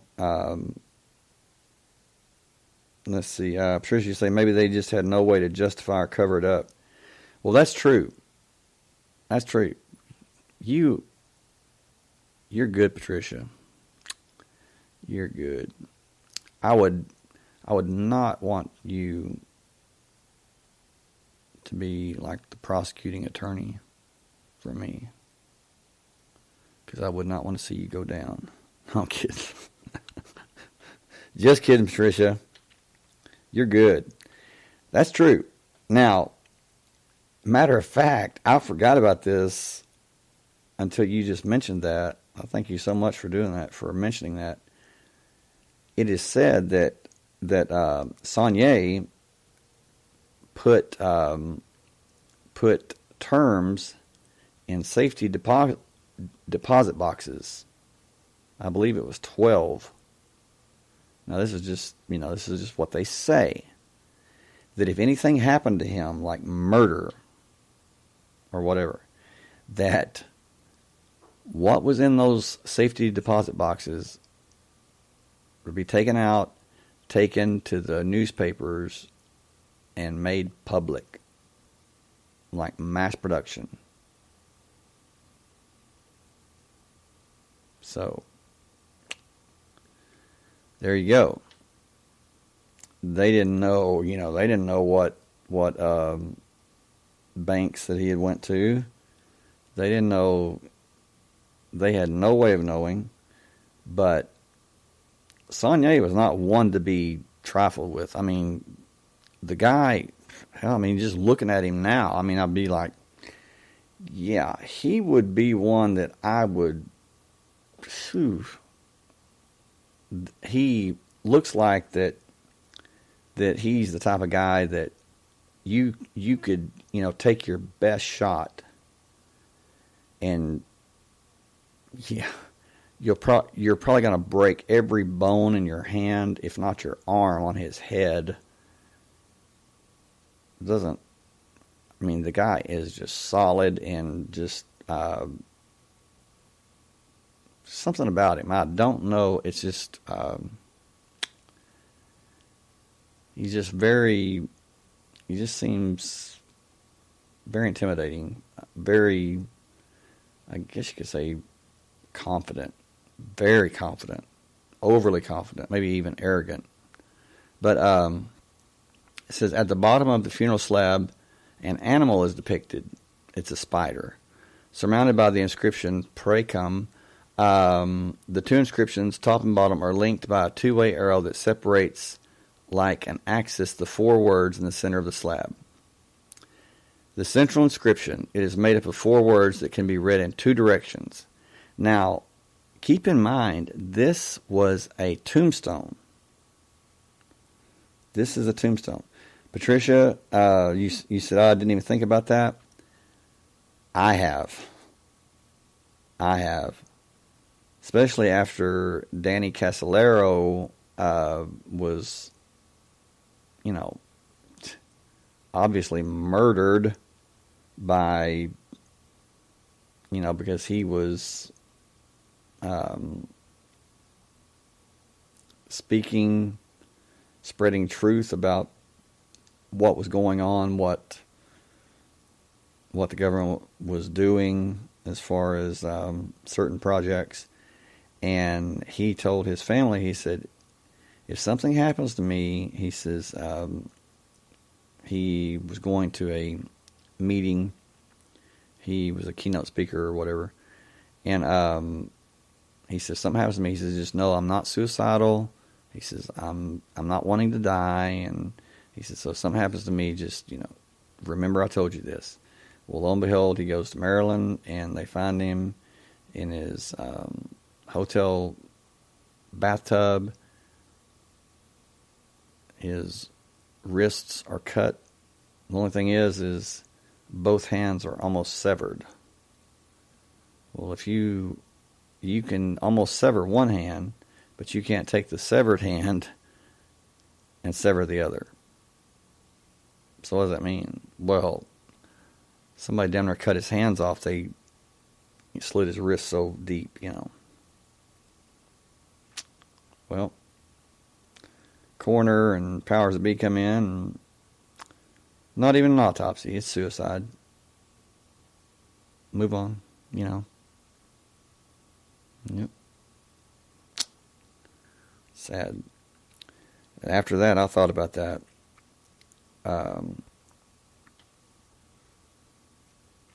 Anyway, The central inscription made up of 4 words that can be read in 2 directions. This is a tombstone. A tombstone. That the letters are already on there. That's remarkable. I mean, that is, how does that even work? The letters are already there.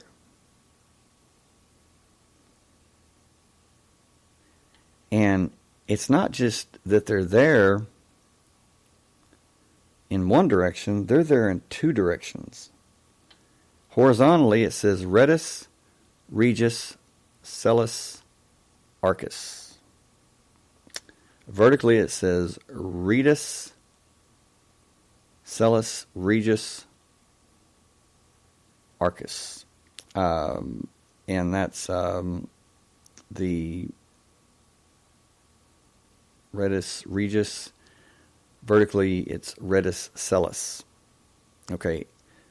Horizontally, that is translated Jesus, King of Rede, hidden in Arques. My French is horrible. Or Arc. Arqueus. Vertically, it says Redus Celis Regis Arcus. Translated, Jesus, hidden in Rede, reigns by the ark. But there's obviously 2 Jesuses that they're speaking of. Jesus Christ and Jesus Christ Barabbas. And that's what I'm not understanding is Barabbas? I mean, Jesus Christ, the Son of God, the Son of the Father. Barabbas, Son of the Father, of the Father.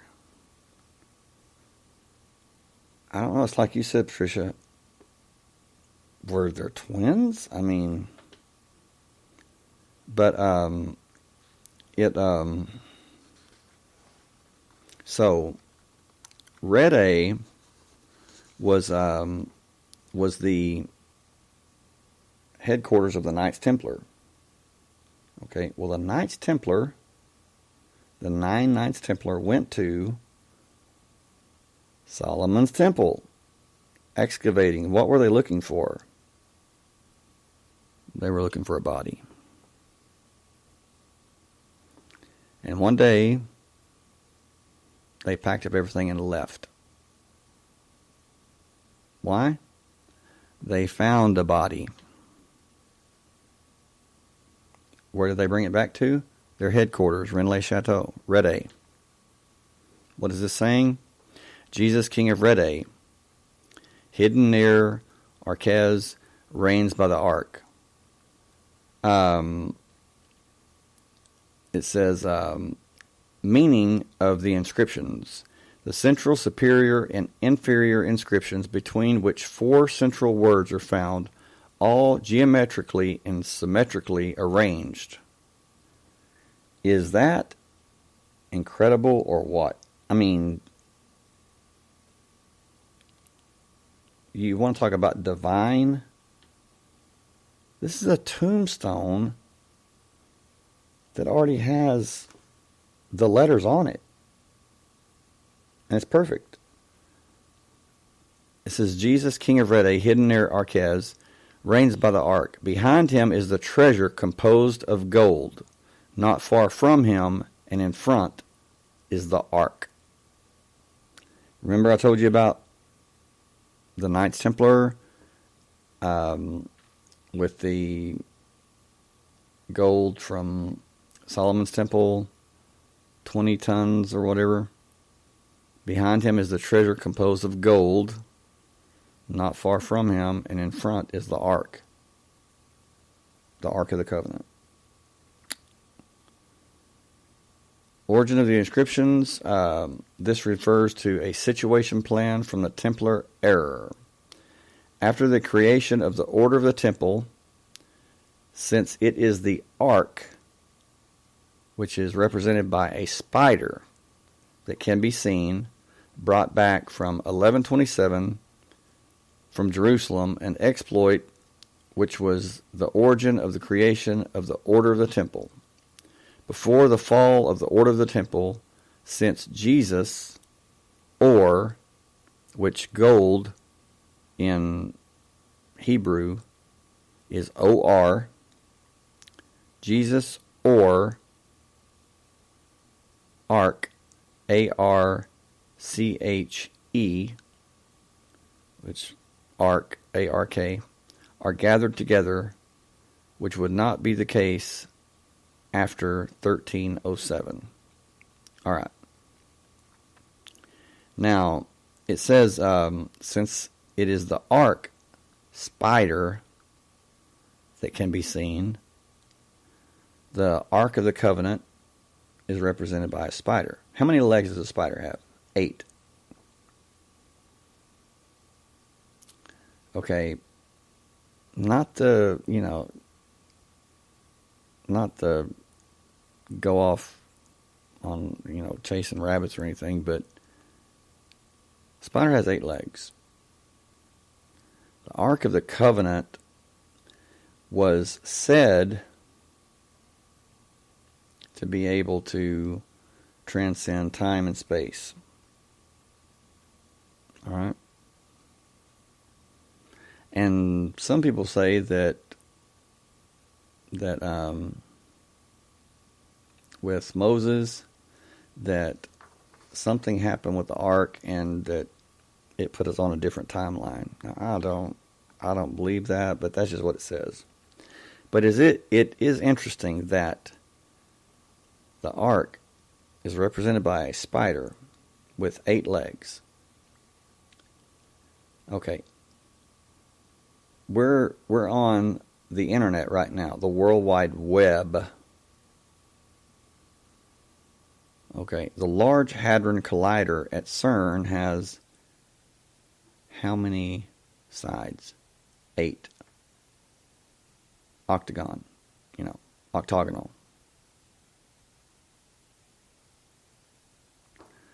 And it says that the ark sits on Rede, which Rede was up, Rene Chateau's up on a hill. Rede is right there, up on a hill. And it says the ark sits there and basically picks up all the information from all directions.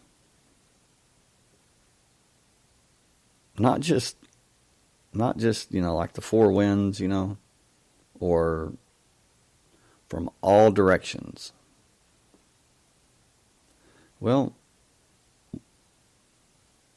what does that mean? I mean, it's like you have, if you have 8 rays, it's pretty much from every direction, because you've got north, south, east, and west.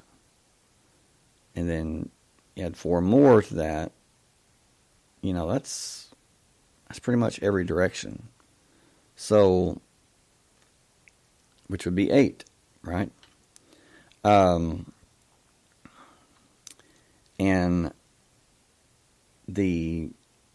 what has been written, or what has been put together on the tomb, happens to be an anagram. Also an anagram.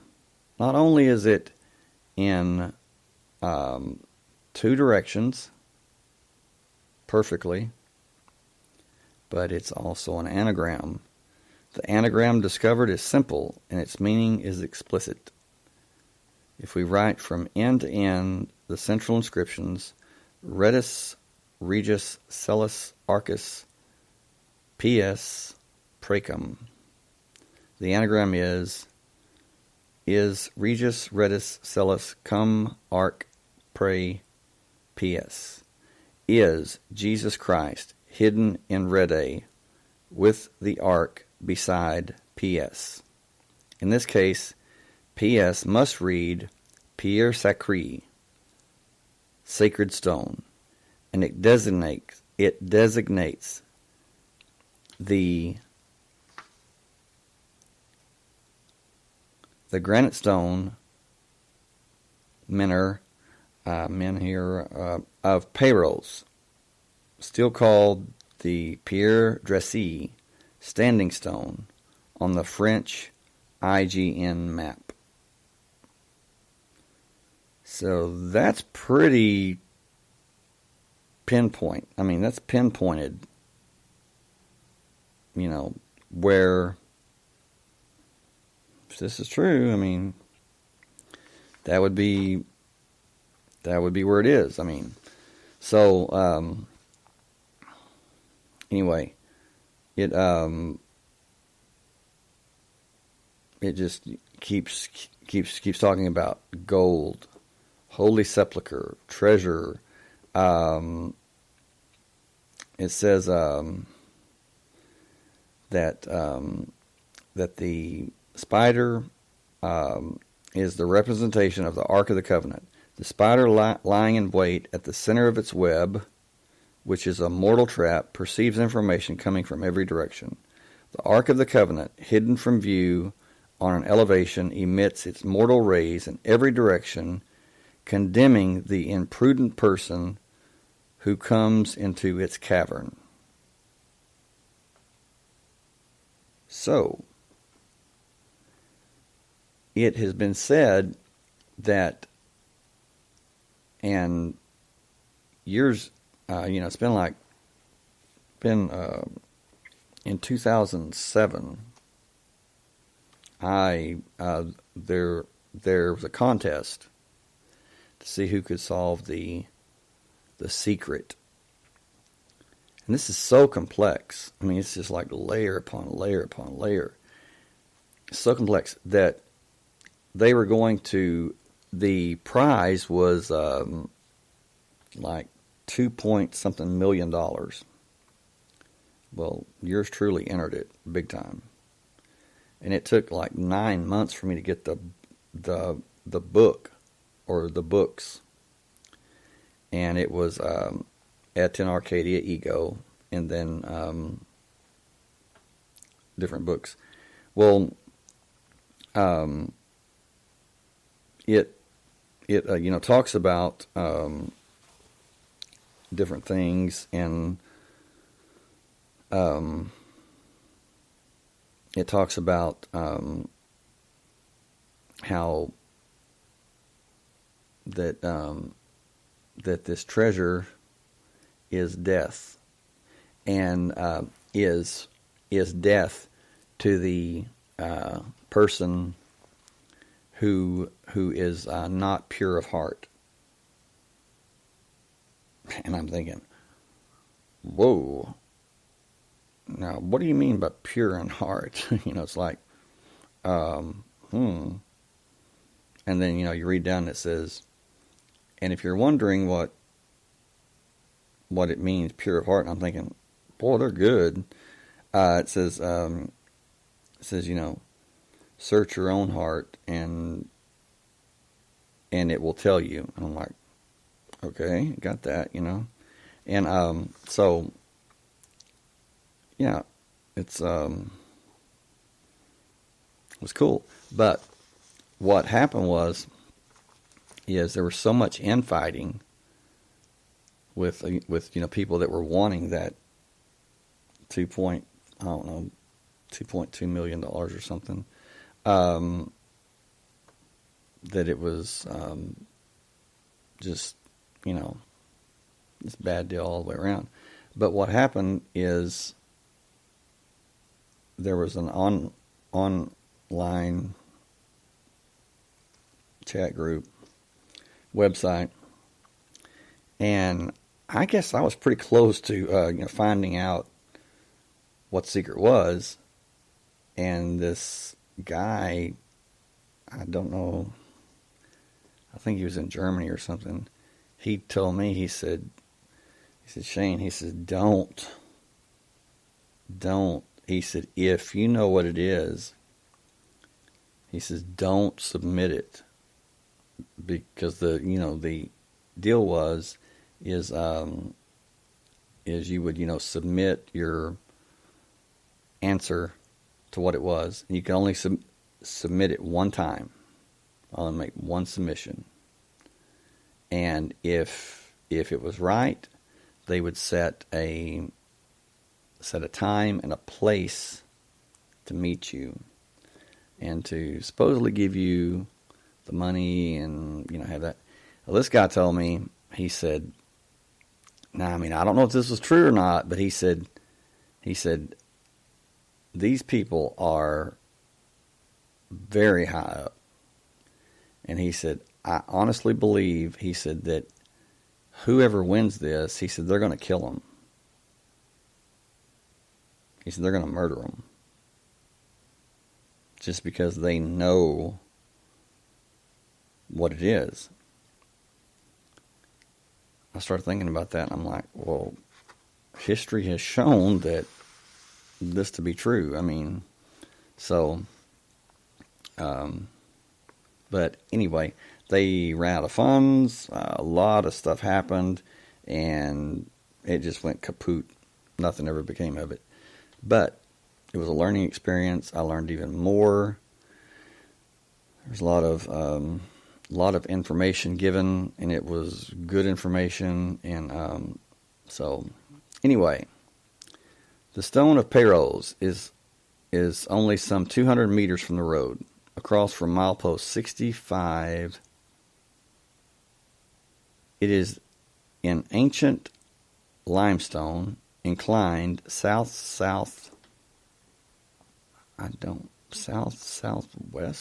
and raised above the ground. Its greatest width is 0.75. Its thickness is 0.660. It is said that a vast excavation exists under the monument, the earth resonating hollowly at the foot of the megalith. But here we are finally across from the chateau of Arcadie, where it says that that's where Jesus, Okay, Patricia, you say, well, any idea how this guy knew about the skeletons in the closet? The guy in the chat room or whatever, the group, the German guy. These the people that were actually making progress. They were really they had friends in high places, and it's there's just certain things that you don't request. Okay, yeah, you wouldn't go and say, can I see photos of this, tomb or whatever? They'd tell you to, what are you talking about? They play dumb or whatever. But these, people that were really high up in this, research contest or whatever, they had friends in high places. It's like they could go and ask, and they would say, probably look both ways and say, yeah, I'll show you, come on in. And this guy, I never met him in person, never talked to him on the phone, just online. For all I know, it could be that agency, truthfully, it could be. You never know. And it could be that, it could be a guy that just said, you know what, he's getting really, really close. He's, must be onto something, and he's ahead of me, so let me pull this on him. Well, it was enough to make me say, well, I think you might be right. And what was weird is the guy was never rude or disrespectful or anything. He was a really, really nice guy. But it says here that is there near the Celtic stone or Celtic stone a cavern hollowed out by nature, or is it the hand of man that has dug the ground at this point and hollowed out a cavity of some size? We are justified in believing that a cavity lies under this or natural grotto or cavern dug by the hand of man, a good place for excavations. So there's a document that says M. Courtier has established that there where can be seen the raised stone of Les Pontils near the village of Arques, hence northeast of Rennes-le-Château, there is a fault. By deduction, he was persuaded that in this place there was an ancient Iberian Gallic temple, Volk, and perhaps caches. Now, they were asking to go into this tomb or this grotto, this hollow place, and search it. And what happened is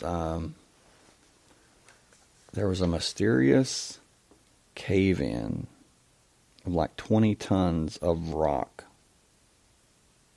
Guess what? You can't see anything now. Unless you can move 20 tons of rock. How convenient. Anyway, this next point has always really bothered me. It's the Abbé, which is French for father, Gelis, that was murdered on Halloween, and he was one that knew what secret was, and it is it's creepy. And here it is, right here. On the 1st of November, 1897, All Saints' Day, and forgive me for these French names, in Custalza, a small village in the Aude department, a few kilometers from Rennes-le-Château, news broke out of an abominable crime committed on the person of Abbé Gelis, the village priest. The body was discovered the same day by his nephew, worried at not having seen him. He went into the kitchen, calling out again. When tripping on a shapeless mass, he nearly fell. Then, looking at his feet, by the light filtering in through the closed shutters of the kitchen, he saw and recognized his uncle lying lifeless in a pool of blood. In a panic over what he had seen, he went out to the street where he nearly fainted. Given the horror of the crime, measures were taken immediately. The mayor immediately had the doors of the presbytery closed and sent an express to Coaza in order to alert the law and the police. Also alerted Monsieur Pugins, Justice of the Peace in Coaza, traveled immediately to the scene of the crime where, awaiting the arrival of the Parquet of Limoux, he proceeded to affix the seals. It would appear that the victim defended himself. Lying in a pool of blood, his cassock soiled, the victim's hands were placed on his chest, and one of his legs was bent and turned inward. Okay, that's huge. I just now noticed that. One of his legs were turned inward. On the tarot, on the tarot, there's a tarot card where the I believe it's the hanging man or whatever. I don't think it's the fool, but his one leg is turned in, making like the figure 4. Anyway, the struggle must have been terrible and the blows violent, judging by the victim's many wounds. Spots of blood were seen on the furniture, the walls, and even the ceiling. The murderer, who persevered, tried and succeeded in killing. On a table temporarily installed in the kitchen using planks resting on 2 trestles, the body of the victim was placed and Dr. Benoit carried out the autopsy. The Abigalis, hit by his murderer with extraordinary violence and determination, bore no fewer than 14 horrible head wounds just above the nape of the neck. The cranium was fractured in several places and the brain exposed. 3 wounds of lesser importance spread over the ashen face of the corpse.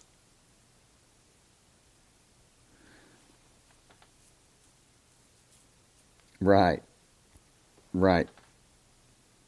Let's see, because you say if the leg was turned inward, either the knee or the hip had to be dislocated. And then you say, I don't think someone who wants to commit suicide would be able to do that by themselves.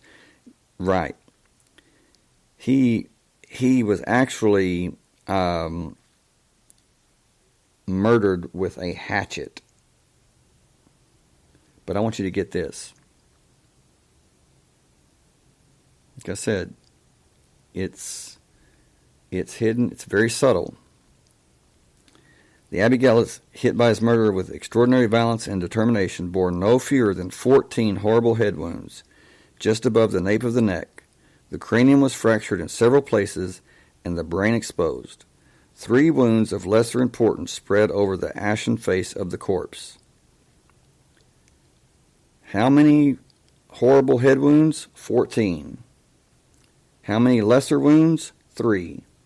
3.14. 3.14. There's pi again.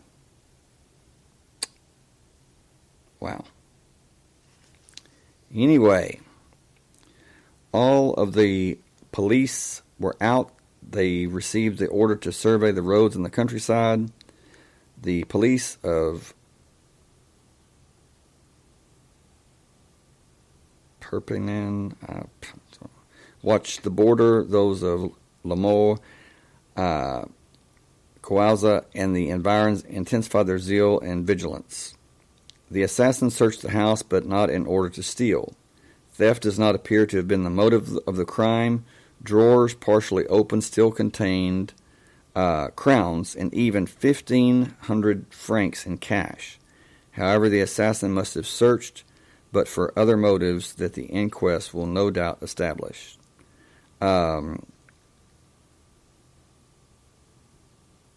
So that is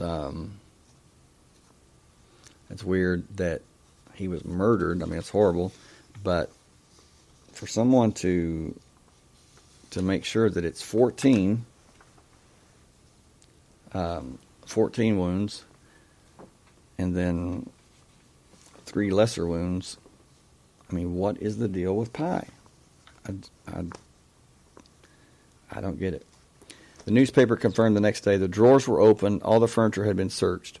Why, if it wasn't to steal money, shares, or other assets, did the assassin who snoops so meticulously everywhere have by chance an interest in removing a paper, a letter of exchange, an acknowledgement of a debt?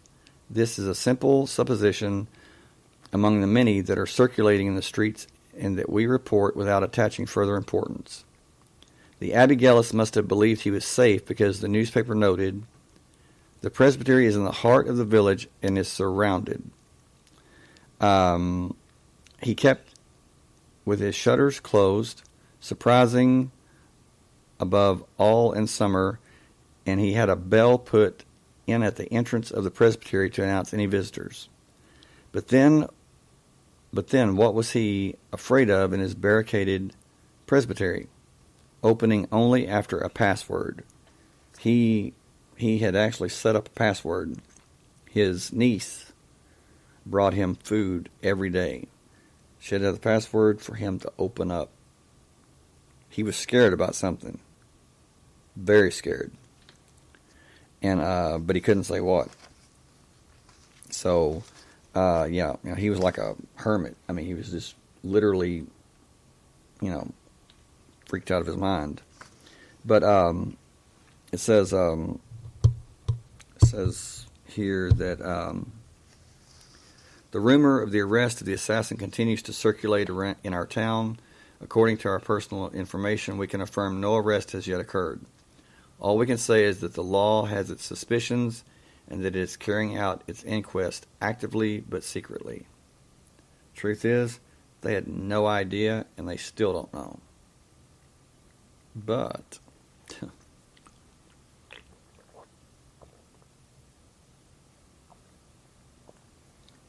excuse me. The discovery of an encoded document marked the turning point in the inquest. On November 21st, returning to this affair, the courier of the odd specified, a precious document in this affair has just been sent to Paris to be submitted for appraisal.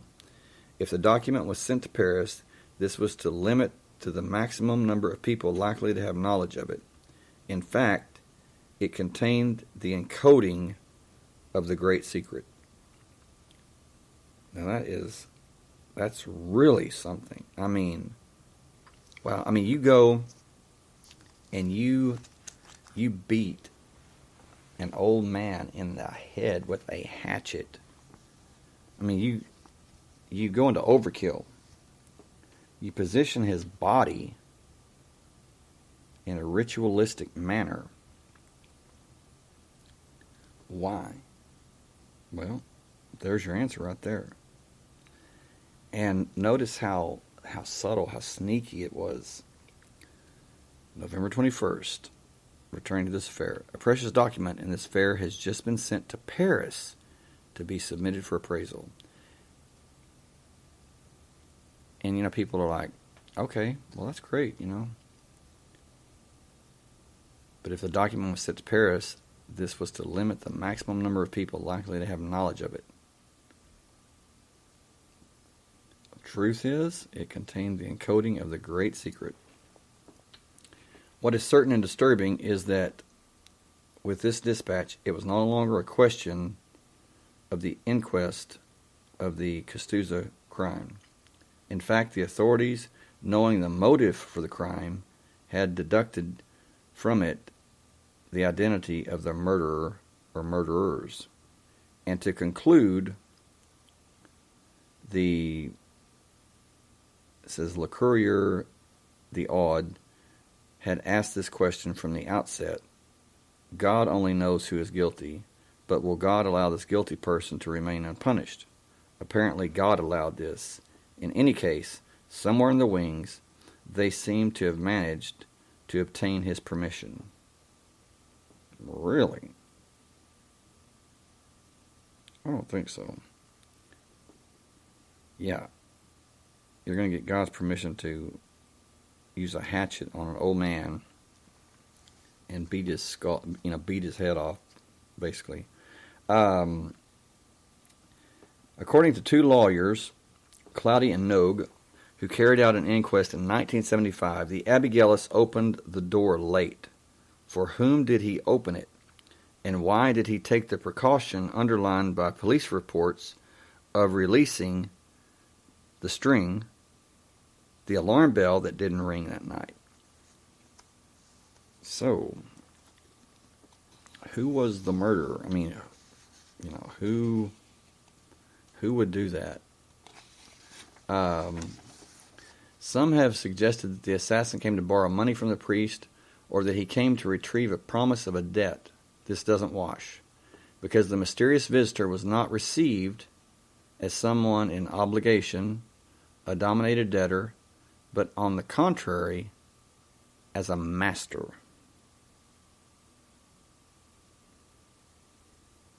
He was received as a master. since he smoked in front of the abbey, in front of the priest, who was known to detest and hate tobacco, since he drank, as witnessed by the tobacco odor, the Sar cigarette paper, and 2 open bottles of Bagnols and Porto. The accounts of Gellus, who received 900 francs per year, were analyzed by the examining magistrate. It was not Peru. He lived on 700 francs a year. Apart from his wages, the Abbé Gellus had a few farm rents, nothing important. To everyone's surprise, it emerged that the victim had important sums of money. An inquest revealed that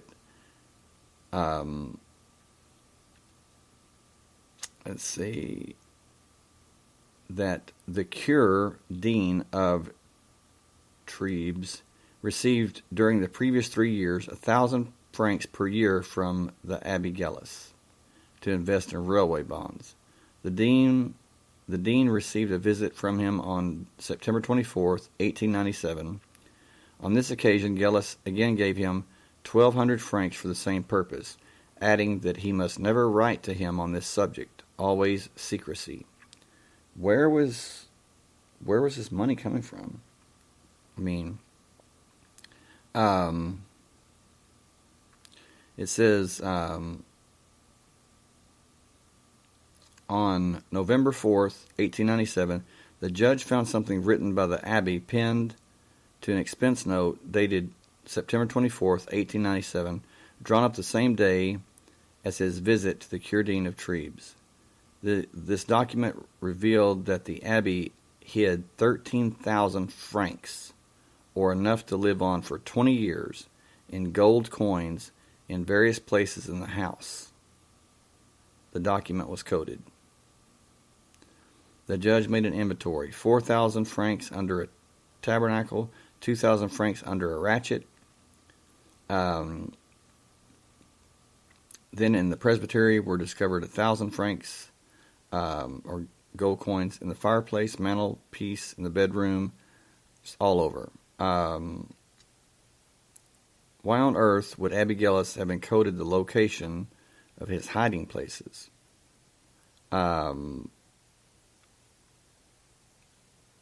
It says, since when had this treasure existed? Why, how, what hidden language had the priest used so that the judge understood the indicated places of the cachets only after their discovery?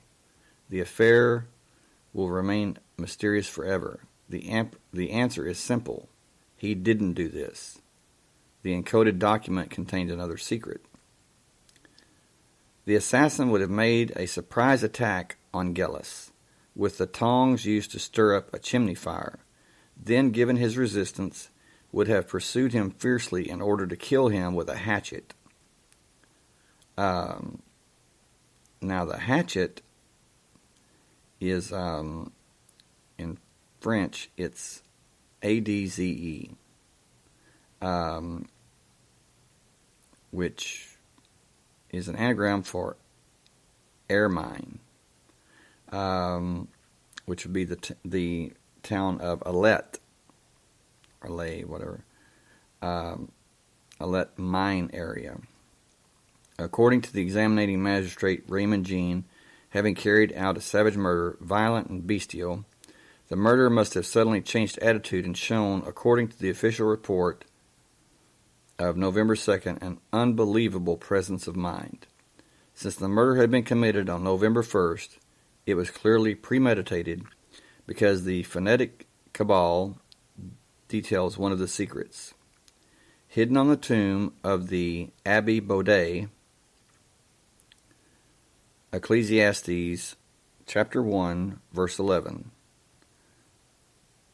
And in France, it would be the 1st of November, right?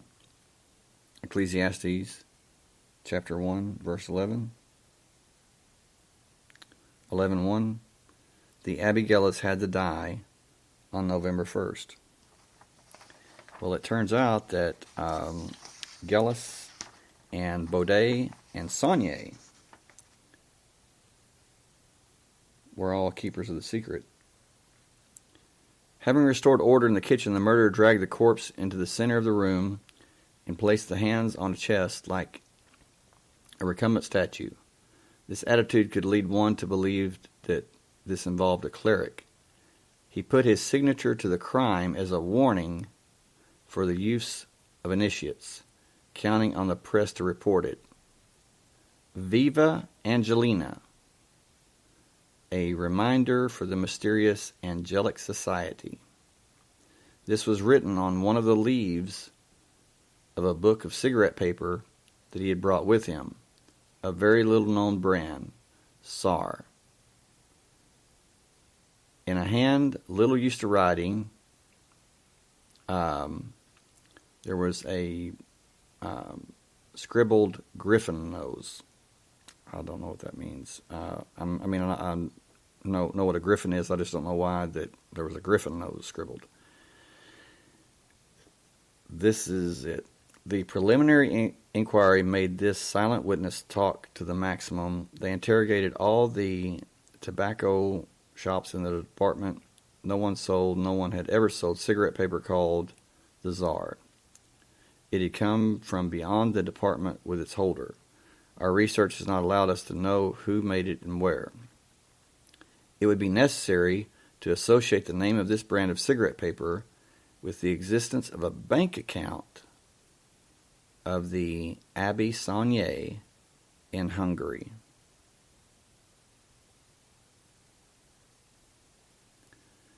In our view, the Abbé Gillis, having used financial blackmail on his colleagues, Saunier and Baudet, could have been executed in order to preserve the secret. The large sums of money found at Abbé Gillis's premises were spurned by the assassin who had paid them to him in order to show that money was not the motive of the crime. He was that wealthy. So,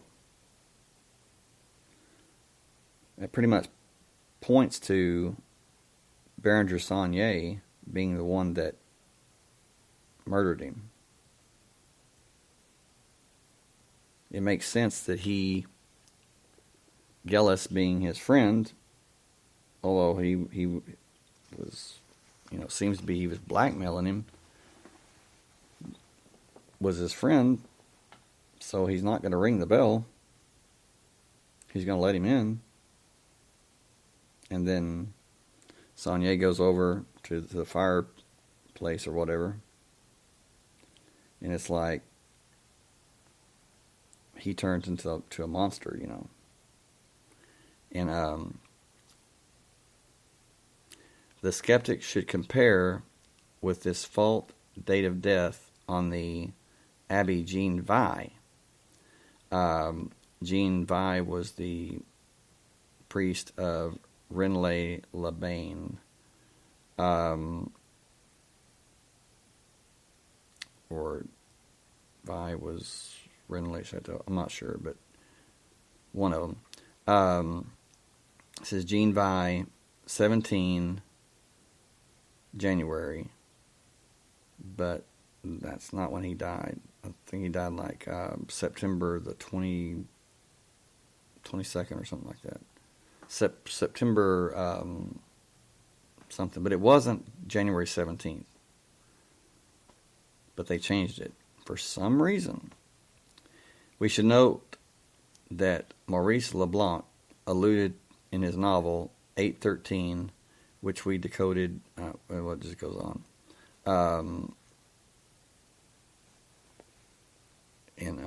But that's incredible. I mean, but and here's the gold.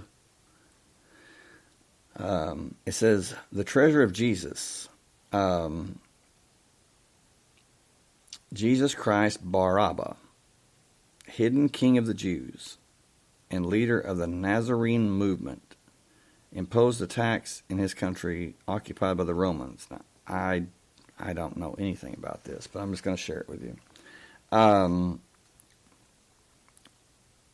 it says, so as not to slow down marching, he created precious deposits near the levying stations until the revolt of 66 AD. The copper scroll of Qumran, found in the manuscripts in the Dead Sea in 1952, restored by the EDF and returned to Jordan by France in 1997, identified a treasure hidden in the year 68 and 64 inventoried hiding places. Now, 64, the number 64 has, it's pretty important because the chessboard has 64 squares. And Le Serpent Rouge, Red Dragon document, talks about the number 64, and it says, you know, don't you know that there's 64 places, and there's 64 squares in a cube, and it's talking about this hidden treasure. The fabulous treasure: 26 tons of gold, 65 tons of silver, and cult objects, whose origin is explained by the historians, was recovered by the partisans of Jesus after the destruction of Jerusalem in 70 A.D. and crushing the Zealot movement. The holy treasure was brought to Septimania and hidden in the Rhazes beside the tomb of Jesus. What it says: the treasure of Solomon, son of David, was designated by the Lord to build in Jerusalem the first temple, which bore his name. This temple, destroyed in 587 BC, during the capture of Jerusalem by Nebuchadnezzar, who was king of the world. Only two men have ever held that title: Nebuchadnezzar and Alexander the Great. During the capture of Jerusalem by Nebuchadnezzar, was rebuilt on the return from exile in Babylon, which lasted 50 years. The second temple, restored by Herod the Great, died 4 BC, was burned and destroyed during the capture and destruction of Jerusalem by the Romans on the orders of Titus in 70 AD.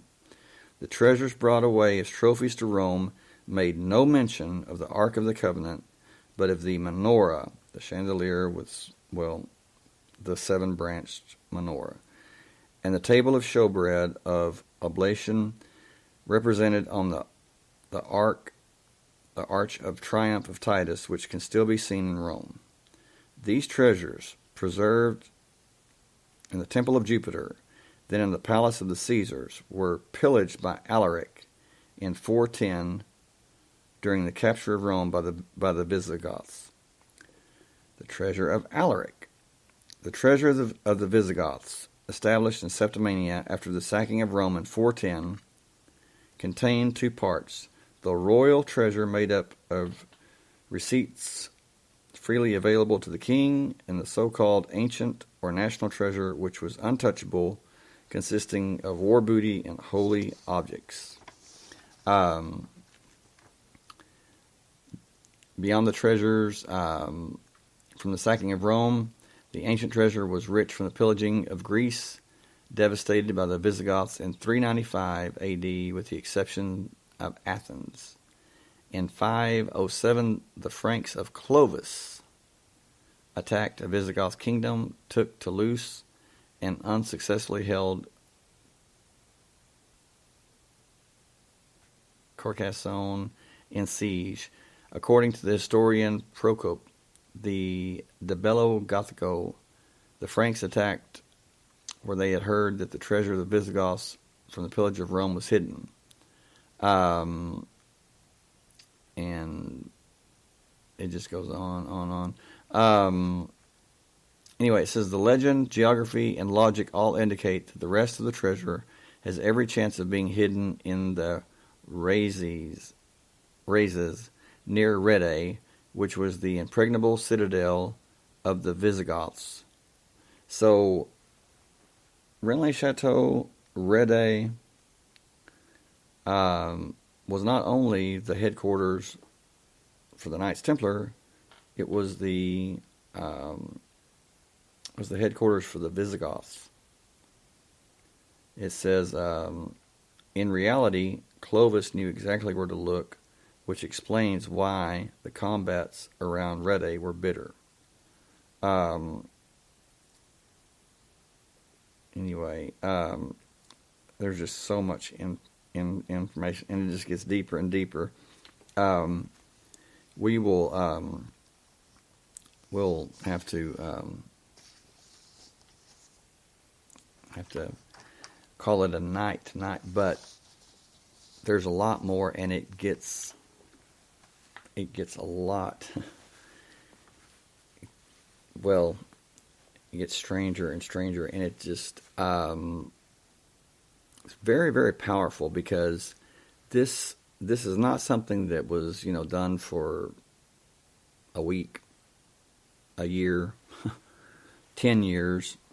It's something that has been done, that has been hidden for thousands of years, and seemingly by a society that hardly anyone knows about, but it seems to be the most powerful society, secret society that seems to control all the others, the Priory of Sion.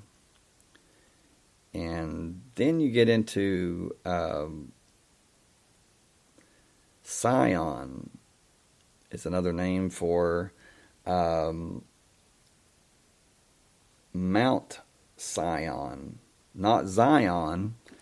God's holy mountain is Mount Zion. This is Sion, S-I-O-N. God's holy mountain is Mount Zion, Z-I-O-N.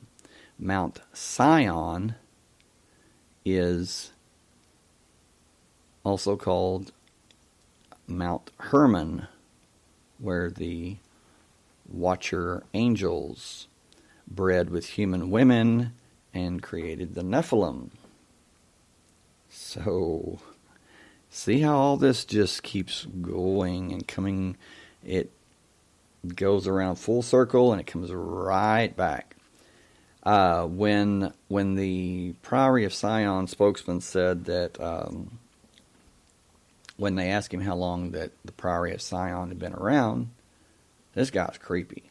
I mean, he is creepy. Little guy too. I mean, looks like that you could just walk up and just, knock him out of his chair.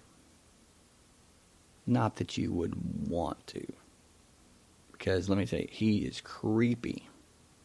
Even watching the YouTube video, I'm like, man, it's like the guy is the devil himself just sitting there. And I mean, he's as nice as can be, but there's just this power.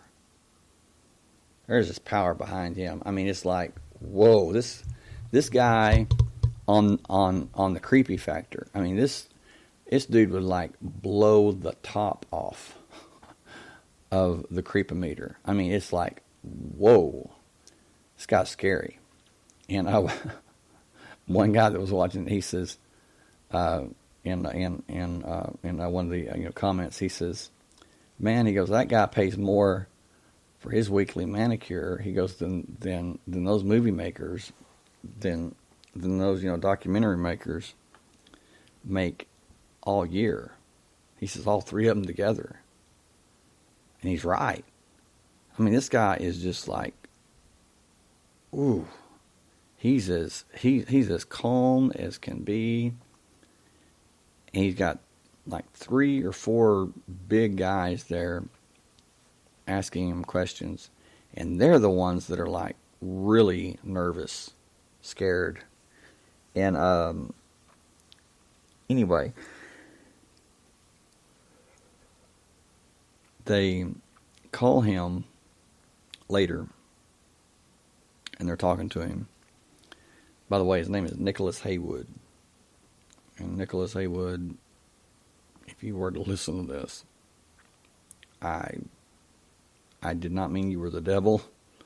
I just meant that you were very impressive. I mean, because, yeah. And I didn't mean creepy like in a bad way. Please don't come kill me. But, yeah, man, you scared me. It's like, I don't want any hard feelings with you. I mean, we're good. I respect you a lot. So, yeah, do not want to be on your bad side. Anyway, so they asked him, they said, well, are there tombs? Are there treasures around Rennes Chateau? And he says, yes, there's 12. And they said, okay. They said, well, we heard something about a doorway, or something like that. And he says, oh, yes. And they said, well, what if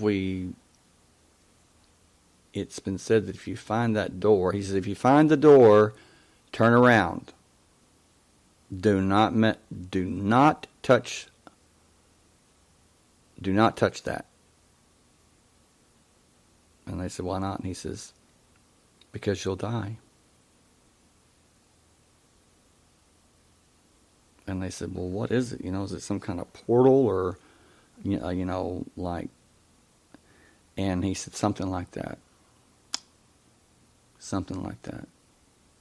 He said, you can do what you want to, or, he said, you can locate the 12 treasures. He says, but this thing they refer to as the door or something like that, they asked him, well, what if we find that? Don't touch it. Turn around. Do not approach it. You will die. It's like, does that kill them, or is he saying that they will be killed for that they'll be murdered for investigating that? Which leads me to my final point tonight. Is he said there's 12 treasures underground Rennes Chateau. Okay, that's a blueprint of what? The Zodiac. The 12 signs. Also, the 12 tribes of Israel, 12 sons of Jacob, 12 disciples. It's all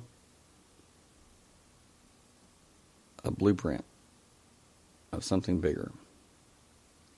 With that door, or whatever it was they referred to it as, that was obviously the control center, maybe, if you want to call it that, or the motherboard, whatever you want to call it. I mean, it was like the power center, and you don't touch that and walk away unscathed. So, what does that mean? It means there's always, it's like I've said before on the podcast, there's favorite. Jacob. One goes away. His favorite, Joseph. Joseph is thrown into a pit. His brothers say, and he's dead, Joseph is symbolically or metaphorically, he's resurrected when there's, famine in Israel, and they must go to Egypt. They they don't know that it's their brother. Jacob doesn't know that it's his son until what? Until he reveals himself to him. Jesus, after he was crucified, again, 12 disciples, 13 including Jesus, group of 13. Jesus goes away, leaves 12. He's resurrected. They're walking down the road. A man, walks with them. They walk with him. They don't even know it's him until he reveals himself to them. So it's always, I say the 12-13 ratio, because there's always one in the 13 that goes away or leaves or is replaced or something like that. But anyway, make a long story short, it's already been a long story, but we just hit the 3-hour mark. But this is what I want to talk about next show, is what they're saying is that Jesus Christ was the good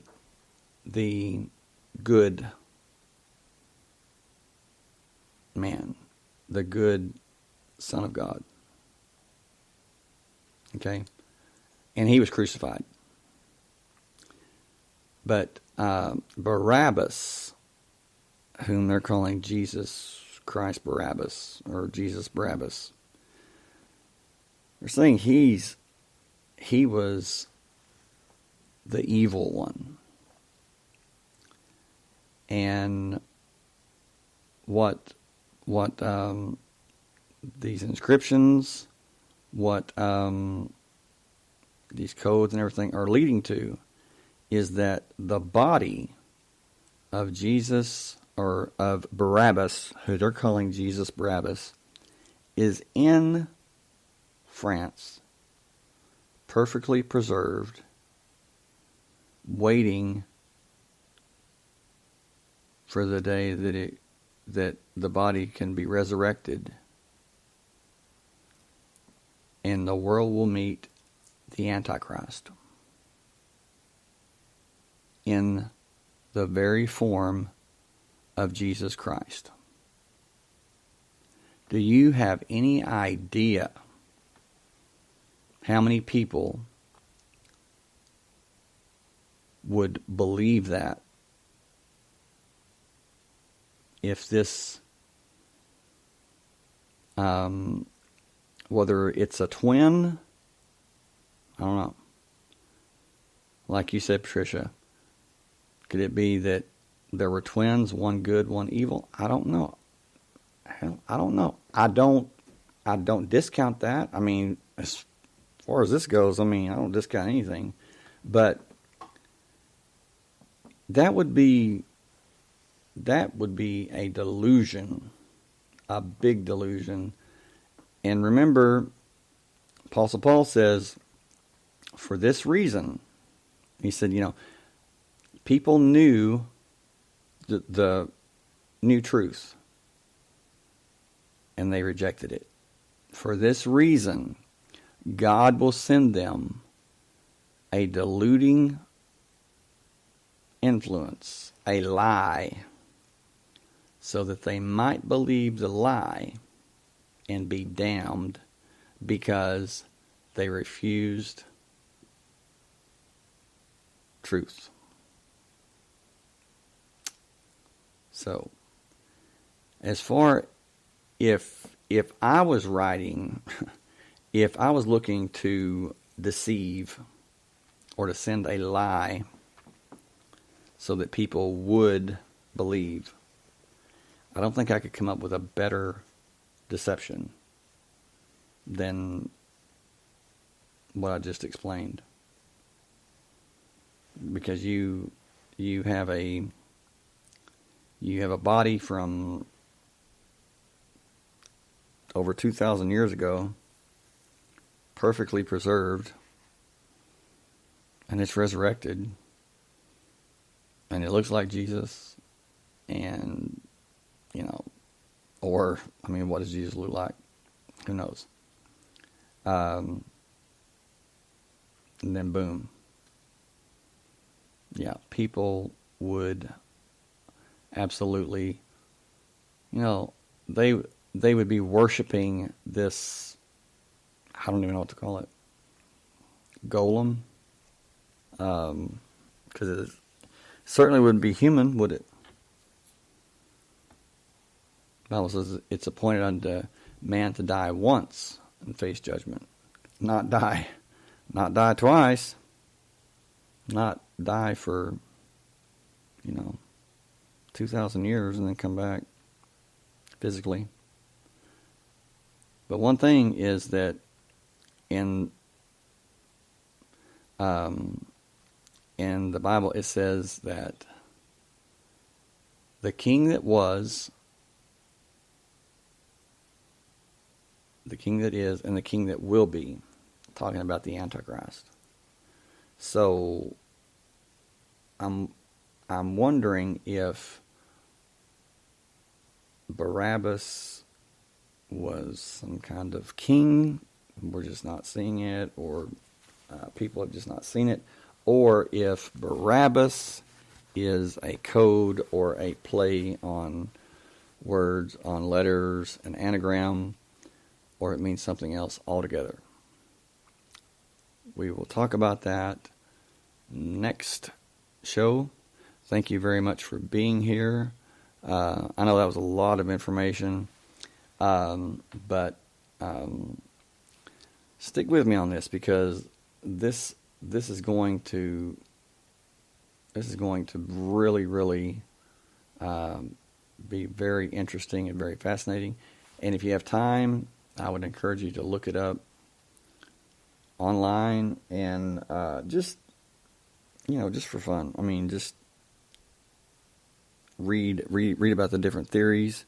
And like I said, Jules Verne, even Thomas Jefferson knew about Rennes-le-Chateau. He laid out Monticello after Rennes-le-Chateau. Monticello and Rennes-le-Chateau are on the same ley line.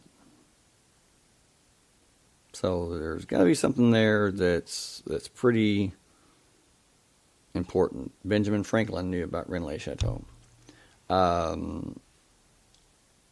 It's just something that is beginning to really make its way back into the light.